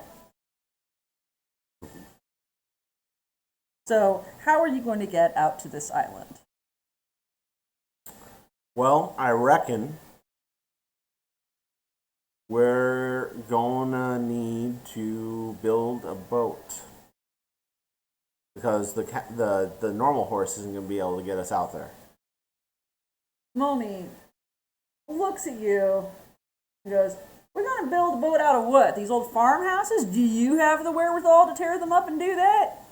No, but I have a gun. That seems to be your solution for everything, doesn't it? I have infinite ammo. I mean, I have a lot of bullets. Right. Okay. Momi kind of sighs. It's very clear that he's kind of accepted that this is the way you are. I'm Cowgirl Deadpool, I guess. You kind of are. He goes, fine, sure, tear up the houses, and I would like you don't get a modifier in this. You don't know how to build things. Give me a roll. This is gonna be the worst. I'll tell you what. Do you want to try to shoot the boards off? Yes. Give me a quick draw. I absolutely Give me a do. quick draw. Let's go. You manage to loosen the boards enough so where you can tear them off. However, you've made a racket that echoes around the entirety of the basin. It is very clear that everyone in the basin is aware you are here now. That's fine. They can get scared. All right. So you're going to try to fashion a raft. Give me an attempt at fashioning a raft. Okay. You find some rope and you lash a bunch of boards together and you put it in the water, and it sure does float. There's no real way of steering it. You've realized there's no way your horse is getting on it too. Okay. But it could definitely hold a couple of people. All right. Maybe. And you don't have any way to steer or propel it. Lumby looks and he goes, okay, now what? Check this out. doing? We're gonna put a sail on it. How? Make a sail. We're gonna search the houses. Give me a perception check. See if there is anything. You managed to find a bed sheet. It's got lots of holes in it. Okay. Yep. And then we're gonna ask our bird friend Oh, you're gonna ask a... to flap into the sail to propel us forward. You know, Strix is strong. Strix is pretty strong. I'll even give that a shot. So, Momi kind of goes, you know what? Sure, it can't get any worse. You climb aboard the boat, and you tell Strix, Charisma, tell Strix to do this. Strix, we are so close to avenging your master. We simply need your help in our time of need to go across this oasis and reach the island of the deviant murderer. Okay. Please use your mighty gusts of wind to propel us forward. Fuck. The bird looks at you, knowing this is a bad idea, and just kind of goes, I mean, do you want me to make a barn owl noise? You want to know? You want me to actually make a barn owl fine. noise? It's perfect. I can do it. I'm here. I know. No one likes barn owl noises. I know. It's fine. You don't want me to do it, do you? No. Okay. I'm trying to be kind to stream. You just like making barn owl noises at stream. It's fine. So Strix comes up and flaps as hard as he can into the sail. Nothing fucking happens. Nothing fucking happens. And Strix settles back on your shoulder and kind of goes.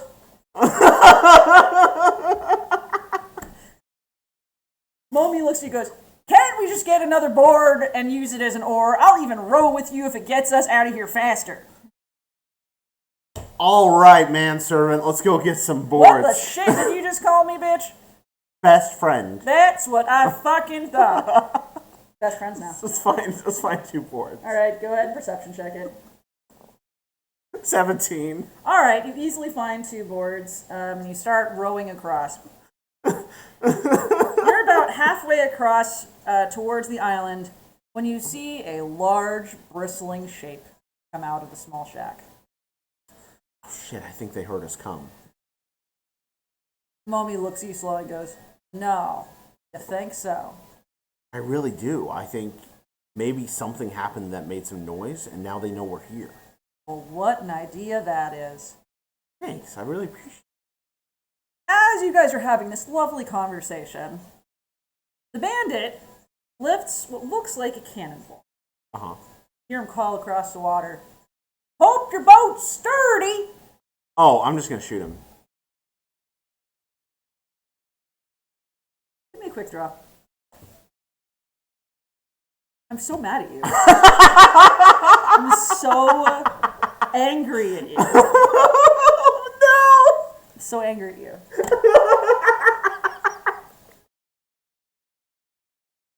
Did I just completely unhinge the campaign? I'm sorry. You aim the gun, and you fire as fast as you can before Strix and before Momi can do anything about it. Your bullet flies true, and it catches him between his armor in the shoulder, and you hear him go, ah! And he drops this cannonball-looking thing onto the ground. The moment it hits the ground, you see it kind of unroll and skitter away like it's alive, and you realize it was an armadillo. And you saved yourself from a savage smashing. Oh my god! By an armadillo. So this no longer comes into effect.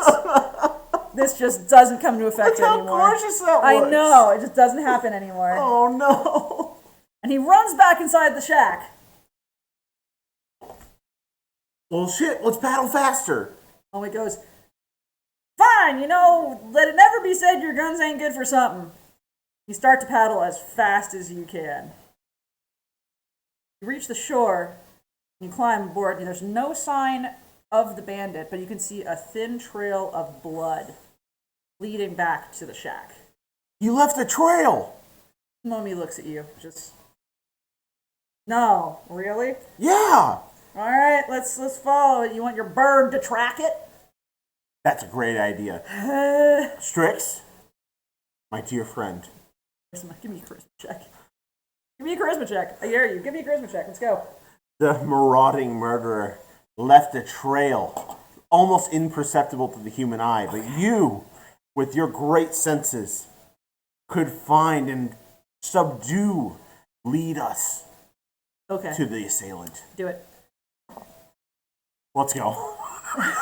Strix gives you the best bird salute he can, flies up, and just beelines it directly for the shack.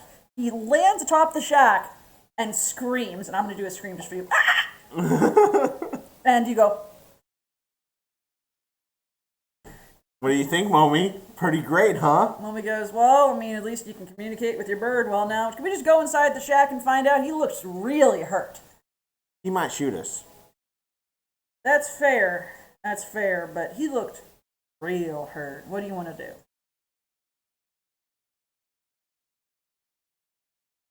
Let's sneak in. Okay. I think that's going to give me a deception check, and I'm going to have Momi do a deception check too. Bye, Momi. Have a nice dinner. Thanks, Momi. We'll put this up on a VOD on YouTube so we can catch how the rest goes. You trust me? You want to see what happens with your that way. All right. Bye. Sneak in. Let's go. 16. Both get really low to the ground. Get to one of the windows around the side of the shack. Mm-hmm. Slowly, you raise your head above the edge of the window and look inside.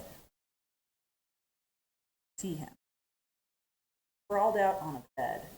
A pool of black and green blood spilling out off the edge of the bed. He slowly looks at you, with immediately being able to see that you're there and you are a good shot. Coughs and spittle with blood in it. You've hit him in more than the shoulder. You've hit him in the chest. Just another day at the office. Well, can't say I'm surprised someone finally got me. But a little whelp like you, I'll admit, I was surprised. Like a party. Yeah, the only party I'm going to is one in the afterlife thing.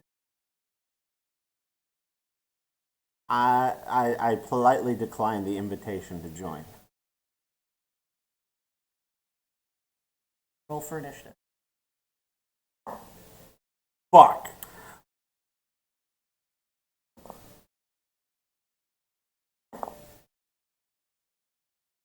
Both Momi and the owl have enough time to move before they see him.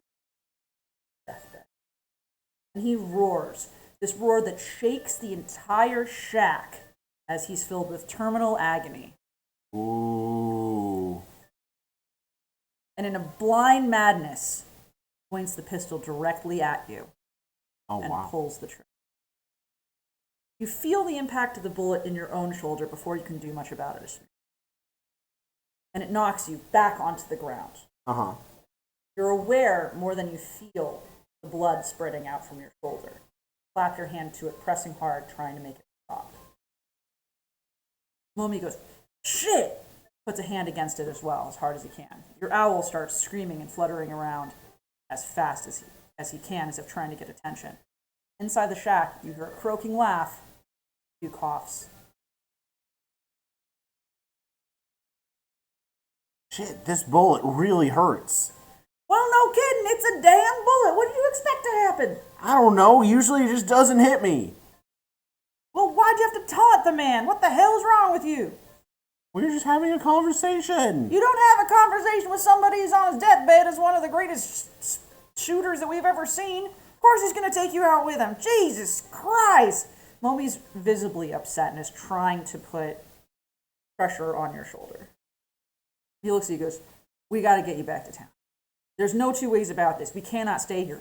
We've done what we need to do. He's dead. We need to get you back to town before you bleed out because these are thorn bullets. I don't know how much poison's in them.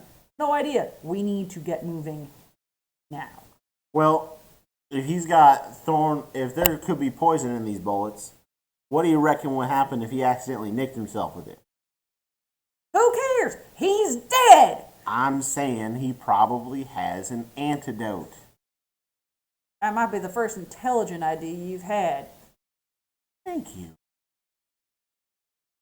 I want you to do a search check. You're bleeding, but you can get up and move. So give me a perception. You search the house, and what you are able to find is a very beautiful thorned pistol, which +2 modifier.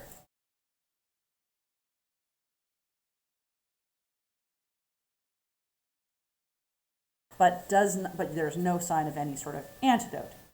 You can feel more a weakness from blood loss than anything else, but you're not sure if this is poisoned. All you know is that you are not feeling. You have a row back to. Well, this is really bad.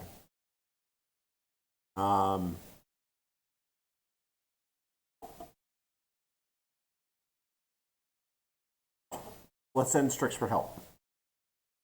To meet us halfway. Where are you going to send him to? Town. So that's a long ways away. You're going to send someone alone? You said meet you halfway? Are you going to try to, like, go have him fetch a doctor? Yes. He's a bird.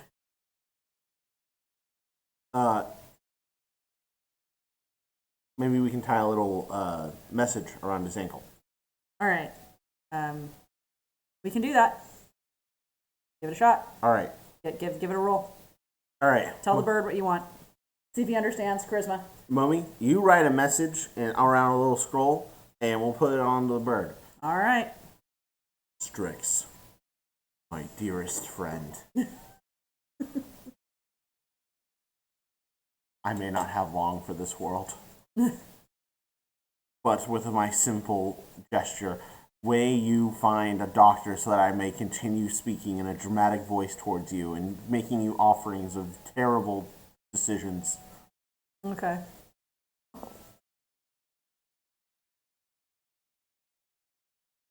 Strix understands what you want him to do. He's a little uncertain about the whole thing, but he does understand he's willing to do it. And he lets Momi tie a scroll to his ankle. He spreads his white wings and he flits into the air. He gives you this really concerned look and then just books it away from you as fast as he can. Okay. Well, I guess I die.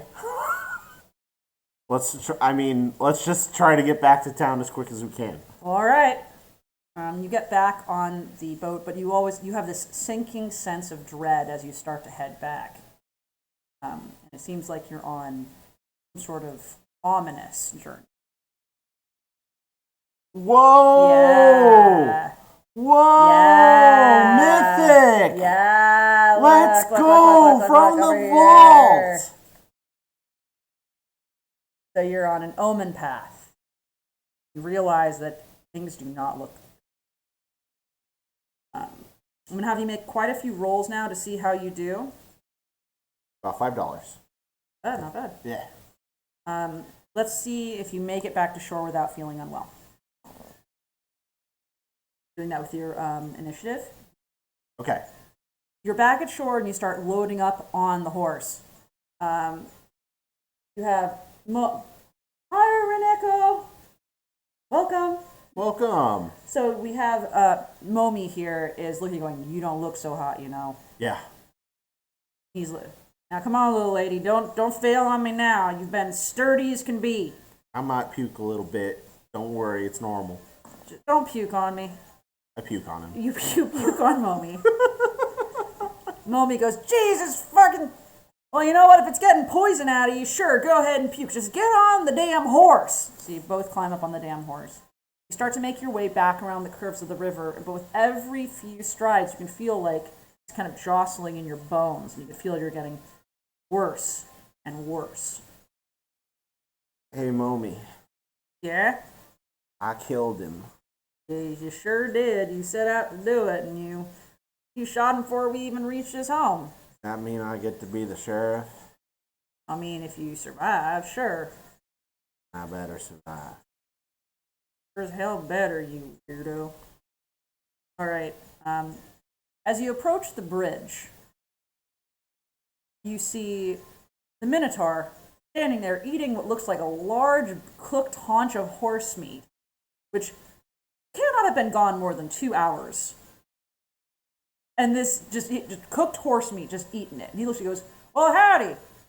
And then he looks at you more and goes, Hey, you don't look very good. You're not gonna get me sick or anything, are you? No! And then I'd like to puke. All right, find out if you puke. Oh, that was almost a 1.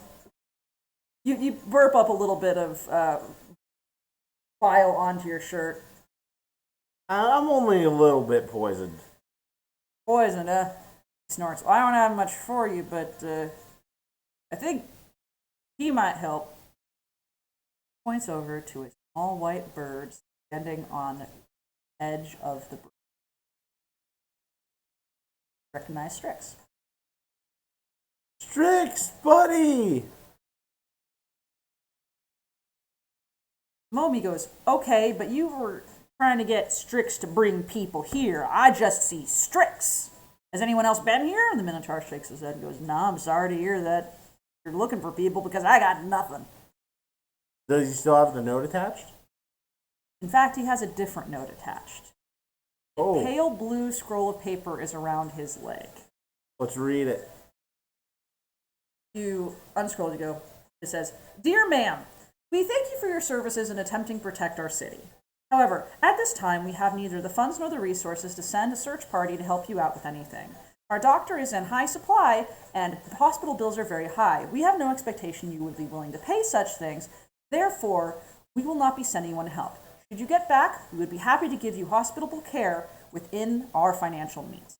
Sincerely, Campbell, the profiteering mayor. Oh, I'm gonna fucking kill the mayor. Momi goes, shit, you see, reasons like this is why we don't have a regular sheriff in Sandalwood. You realize this? We're gonna go kill the mayor. Well, let's get you home alive first. The Minotaur goes, I don't think you're getting through that canyon alive. Not a chance. This is where you say, but. Good luck. Shit. All right, you gonna continue on your way? Yeah. Mm-hmm. Do I need to try see how sick I feel? Yeah, give me another roll. See how you're doing. Now that you puked up a little bit, you actually feel a little bit sturdier. You feel lightheaded and not well, but you feel a little bit better than you did before. All right. You sway as you slowly approach the canyon. Okay. On entering the canyon, you see the outline of the crab, and around it are not one, but several of the different scavengers you saw before. So, multiple robbers. But among them is one, and he's hacking into the crab over and over again, piecing off large chunks of it, flaming axe. Turns, sees you. Kind of him breathe in, the fires glow hotter in his face, and it spreads and flares out like somebody's been blowing into a forge. Raises one arm towards you and says, that one's almost ready. Rictus, recognize him, turns and goes, oh, well, it's good to see you. I ain't ready yet. We had an accord. Sure we did. But you're mostly. By the looks of it, you got some suffering left to go. We could end you. Nah, sir. I have a mare to kill. Well, first one killing, then's another. Shows what I know about anything, but you're right, we had an accord. A large creature, again, flames fill its face. Tails and goes.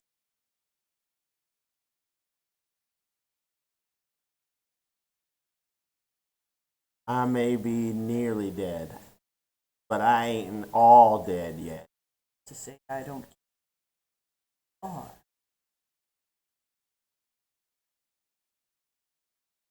How many of these dudes are there? Well, there's Rictus, several others, and this guy. You haven't tried to make a perception yet. I would like to do a perception.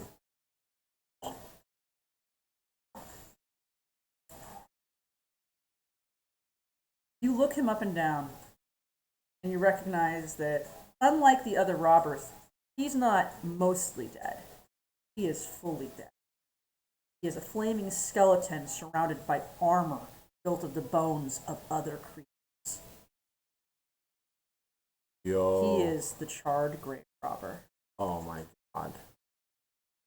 His only goal is to get you into an early. Yo, that's a great chat. That's a great poll. Good job. Heck yeah, nice poll. All right. I have an idea. Mommy, I got a cool idea. Does it involve shooting somebody? No. Well, color me surprised. Better do it before he kills both of us. I would like to shout at the top of my lungs, kill you with rocks! See what you're doing? Good memory. Give me just a roll. Do you want to fire off a gun while you do that or anything? No, I'm dying. You have a thorn pistol. Oh, right. You want to yell and fire your pistol in the air? Yeah. All right.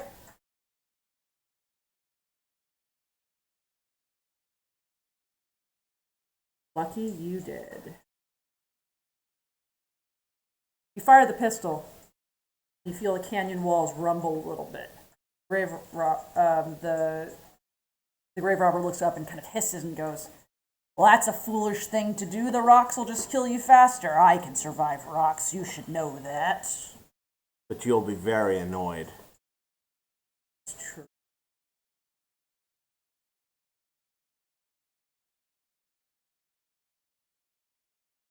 You'd rather not be annoyed. I've got a body that's back there and several more coming. Raises his head. What sort of body are you offering? Oh, little someone called the X Notes. Hard bristle bandit. I would like you to roll a charisma check. You don't need to roll deception. Roll charisma. He goes, "I've heard of that fella. He comes here through all the time. He's a right pain in my ass." And you say he's already dead? I'm one of the best shots in the West, and I just need to stay alive long enough to keep it that way. Why don't I bring you bodies, and you make out like a bandit, making sure that my little town doesn't see too many problems.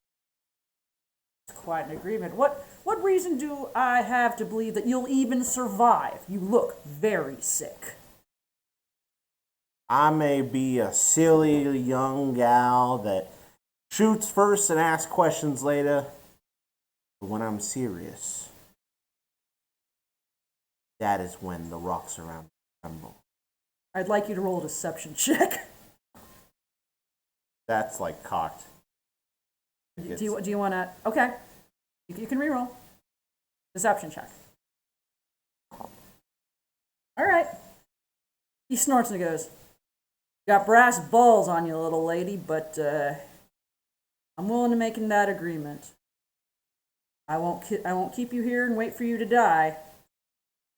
But if you don't start bringing me bodies, I don't care what they do with your remains. I will find it, and the things I will do to those remains feel in the afterlife. Is that clear?" Understood.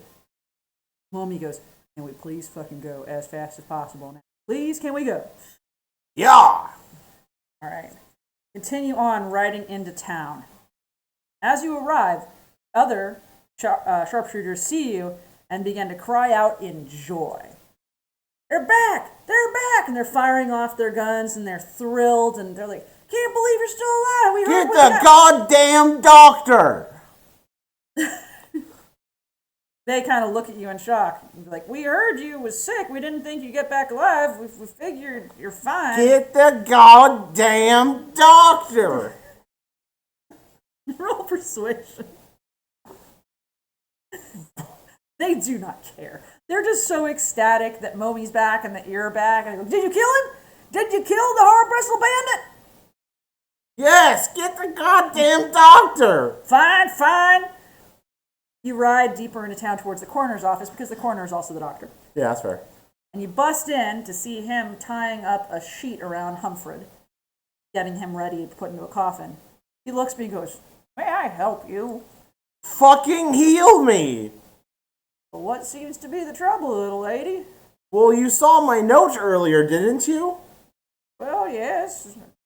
The mayor said that you were in all sorts of bad ways and that you probably wouldn't make it back, but I didn't know what kind of bad ways. You've been shot? I've been shot with a thorn bullet. I see. Well, in that case, why don't you have a lay down on the table and either figure this out or you'll be easier to put in a coffin. What do you say? How about you fix me up and I don't puke on your shoes? Roll to see if you puke on his shoes. You swallow the vomit that rises in your throat and you lay down on the table. Now we're going to find out if he can fix you. All right. All right. He begins to work on your shoulder and he extracts the bullet easily. He does it so fast you barely feel it. You yelp in pain and you see Strix lean over the table looking down at you like, oh God, is he going to be okay? Is she going to be okay? Molmy stands outside pacing back and forth. You can see him go past the door every now and again. You want to say anything to the doctor now that the bullet's out? I reckon that after this you have to buy me dinner. Why is that? Because you're all up inside me. Well, little lady, that's very sweet, but I'm married.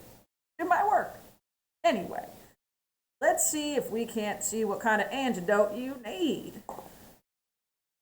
Well, now, this does appear to be a thorn poison. I think I have a little something for that, but might lose some feeling in your arm. Do that too. This is my shooting arm.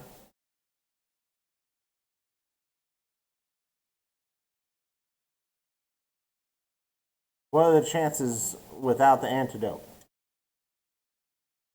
Well, without the antidote, I'd give you 50-50.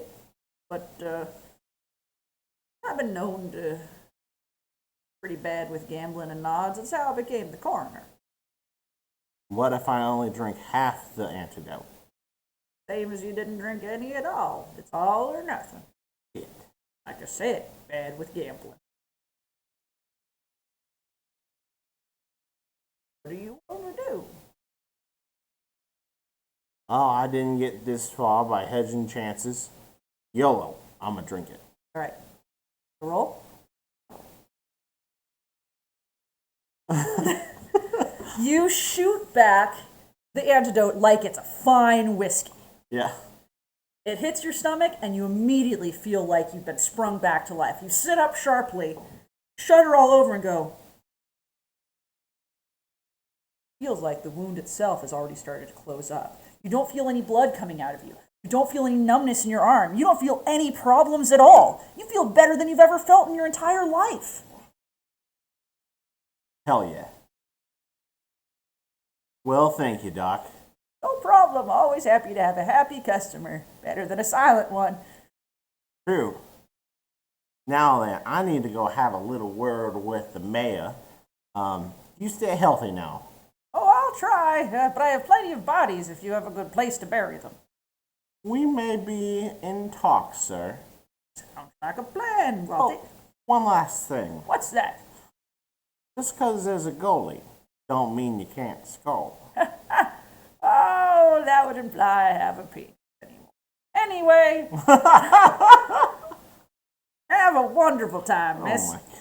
As you exit the coroner's office, you see all of the other cowboys and outlaws are standing there, watching with bated breath. As you walk out, stand in front of them, and they all look at you expectantly. Well, reckon as I took down the bandit, checks notes, I reckon that makes me the new sheriff according to all of our accord. I had the contract according to our accord. Now I only have 2 questions. Well, first, are you healed? How's your shooting arm? Are you okay? Oh, my shooting arm's just fine. You're healed? I'm all healed. Yahoo! And they start blasting off their guns and shooting their guns into the air and celebrating, and it is outlaw merriment. Yay! And they are thrilled for you. Also, I love this card. This is a great card. I love the prosperity. What is that? Prosperity? Prosperity border? Yeah. All this cheering suddenly brings out this gruff, mustached man who goes, "What's all this then? What's going on out here?" And you recognize him in his white cloak as the mayor. He's mustached, that's what I thought. Recognize the mayor. Ah, just the fella I'm looking for. Who might you be, miss? I am the new lass that's running this joint. Oh, are you the new mercenary? You could say that. Well, happy to have you. I'm gonna shoot him. Give me a quick draw. Fuck. There's a way to get out of this, and I hope you figured it out. You take a shot, and it whizzes over his shoulder. He jumps and goes, "Jehoshaphat!" That's a warning. Give me a deception check. Give me a deception check. He nods. He goes, "All right, I'm listening." If we're going to work together to keep Sandalwood safe, when I ask for help, you send it. Recognition dawns in his face, and he goes, I think I understand what you mean. Apologies, it was just funding issues, you understand." Not my type of fun, but I'll allow it.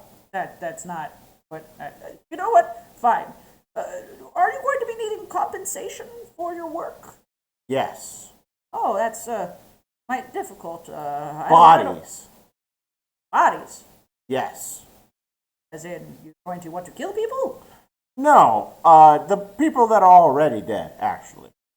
Oh, you want dead bodies? Miss. Yes, you see, I got into the terrible business of making a deal with a demon so that way I could stay alive. And as a result, all he wants are dead carcasses. So we could take all the bodies that happen from the town, whether it's through regular hijinks or someone dying of old age or some other senseless tragedy, we should deliver them to the demons. Where are the demons? Oh, you know, the canyon. Oh, I think that's a good way of disposing of our dead. You know, that seems real. As far as payment, I am in agreeance of that. What do you say? And he sticks out a hand. I think we can come to an accord. Well, then here's the contract. And he pulls out the mercenary contract for you to sign. And you sign the contract. Everybody whoops and hollers as you are declared the new mercenary of Sandalwood, protecting against all outlaws forevermore. What do you think of that, Strix? Strix scraws, and quietly, Momi comes over and slips an arm around you and goes, "Need a deputy then?" Hell yeah. Strix, you can be my deputy. Momi looks crushed. And you can stay too, Mommy. Well, all right, I'll help you if you need it. How's that sound? Deal. He squeezes you a little tighter. Perfect.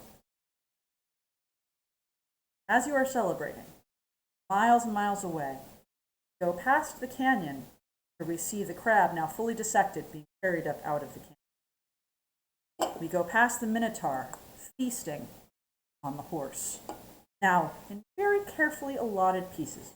Very happy. Across the basin, the island, large man with an axe. Small shack. Fire breathes in his face like a furnace. He looks. Said there was a body here. Not a sign of any of that. Just bloody patch on the bed. No body to be seen. Sniffs the air. Smells like death. That can only. Outside, down by the shore. Slumped, crumpled form. Water washes in and out. Thing. His hand. All at once, hand forms a. Breathes in air sharply, and eyes open. They're no longer the black, beady eyes of a thorn-like plant creature. Now, pale eyes, zombie. Between his lips, thin word whispered out. Reanimates. Yo, let's go! Dead. What a pull! And that is the end of our campaign. It's shiny! That's the end of our campaign. Let's go! Oh my god! Look at this! Look at this! I hoped it was this. I'm going to turn around so that way they can see it. Holy shit! I mean, you have it upside down. No. Oh, I guess. Yeah, it flipped around for some reason. Weird. That was and fun that was as been hell. our Sandalwood campaign. Wow. How do we feel? That was great. Yeah? I'm low-key excited for more Tales of Alice in Thunder Junction. What do you guys think? Leave a comment or hit us up in chat if you liked this nonsense and if we need to continue this campaign. We did save all of our content, our notes and stuff. Yeah, so, we have all our notes. Momi is your new deputy with Strix, your pet owl. Yeah. You have an agreement with the grave robber where you have to give him bodies, and you are now the new mercenary of Sandalwood. This is going to go poorly. Do you feel good? Yeah, I really do. I'm excited. This is sick. Well, how do we feel about more Broken Seal campaigns in the future? I'm really loving the Broken Seal. I really love that, we're not in any particular, massive direction. Like, we had fun with our jellyfish, speaking of jellyfish. I know. Although that one was fun, I don't know if I would be interested in continuing that one. This one feels like a series. You could do more with Alice. If you got more Thunder Junction, we could do more Alice Marston. Absolutely. The big thing with Thunder Junction, and I know that this goes probably a little too much into the details, what we pulled here, this here, this is a special sheet called the Vault. Oh. And the Vault are heavily sought after and very rare.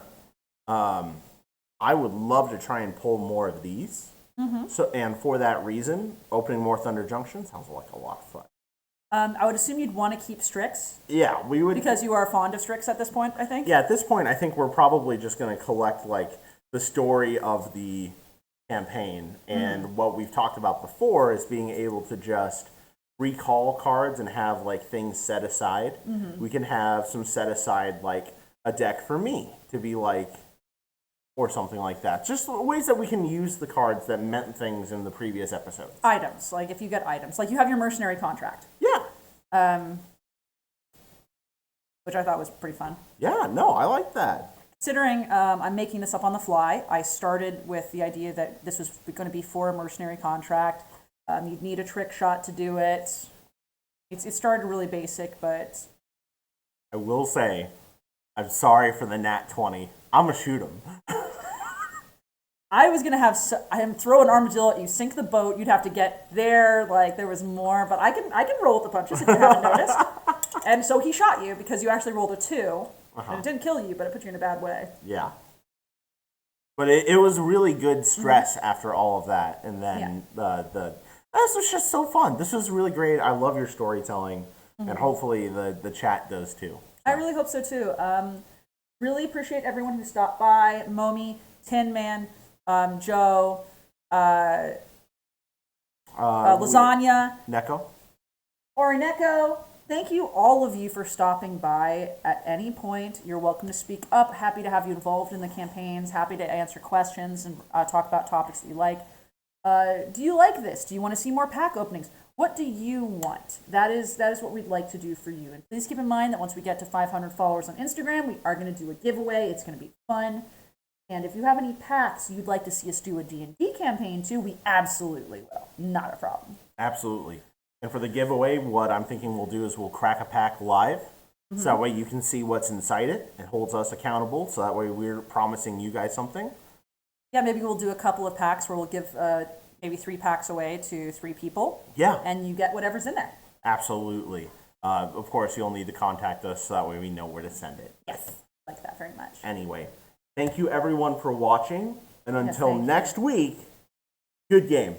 Good game. Bye, guys. Bye. Yeah. Woohoo! Button. Hit the button. There we go. Bye.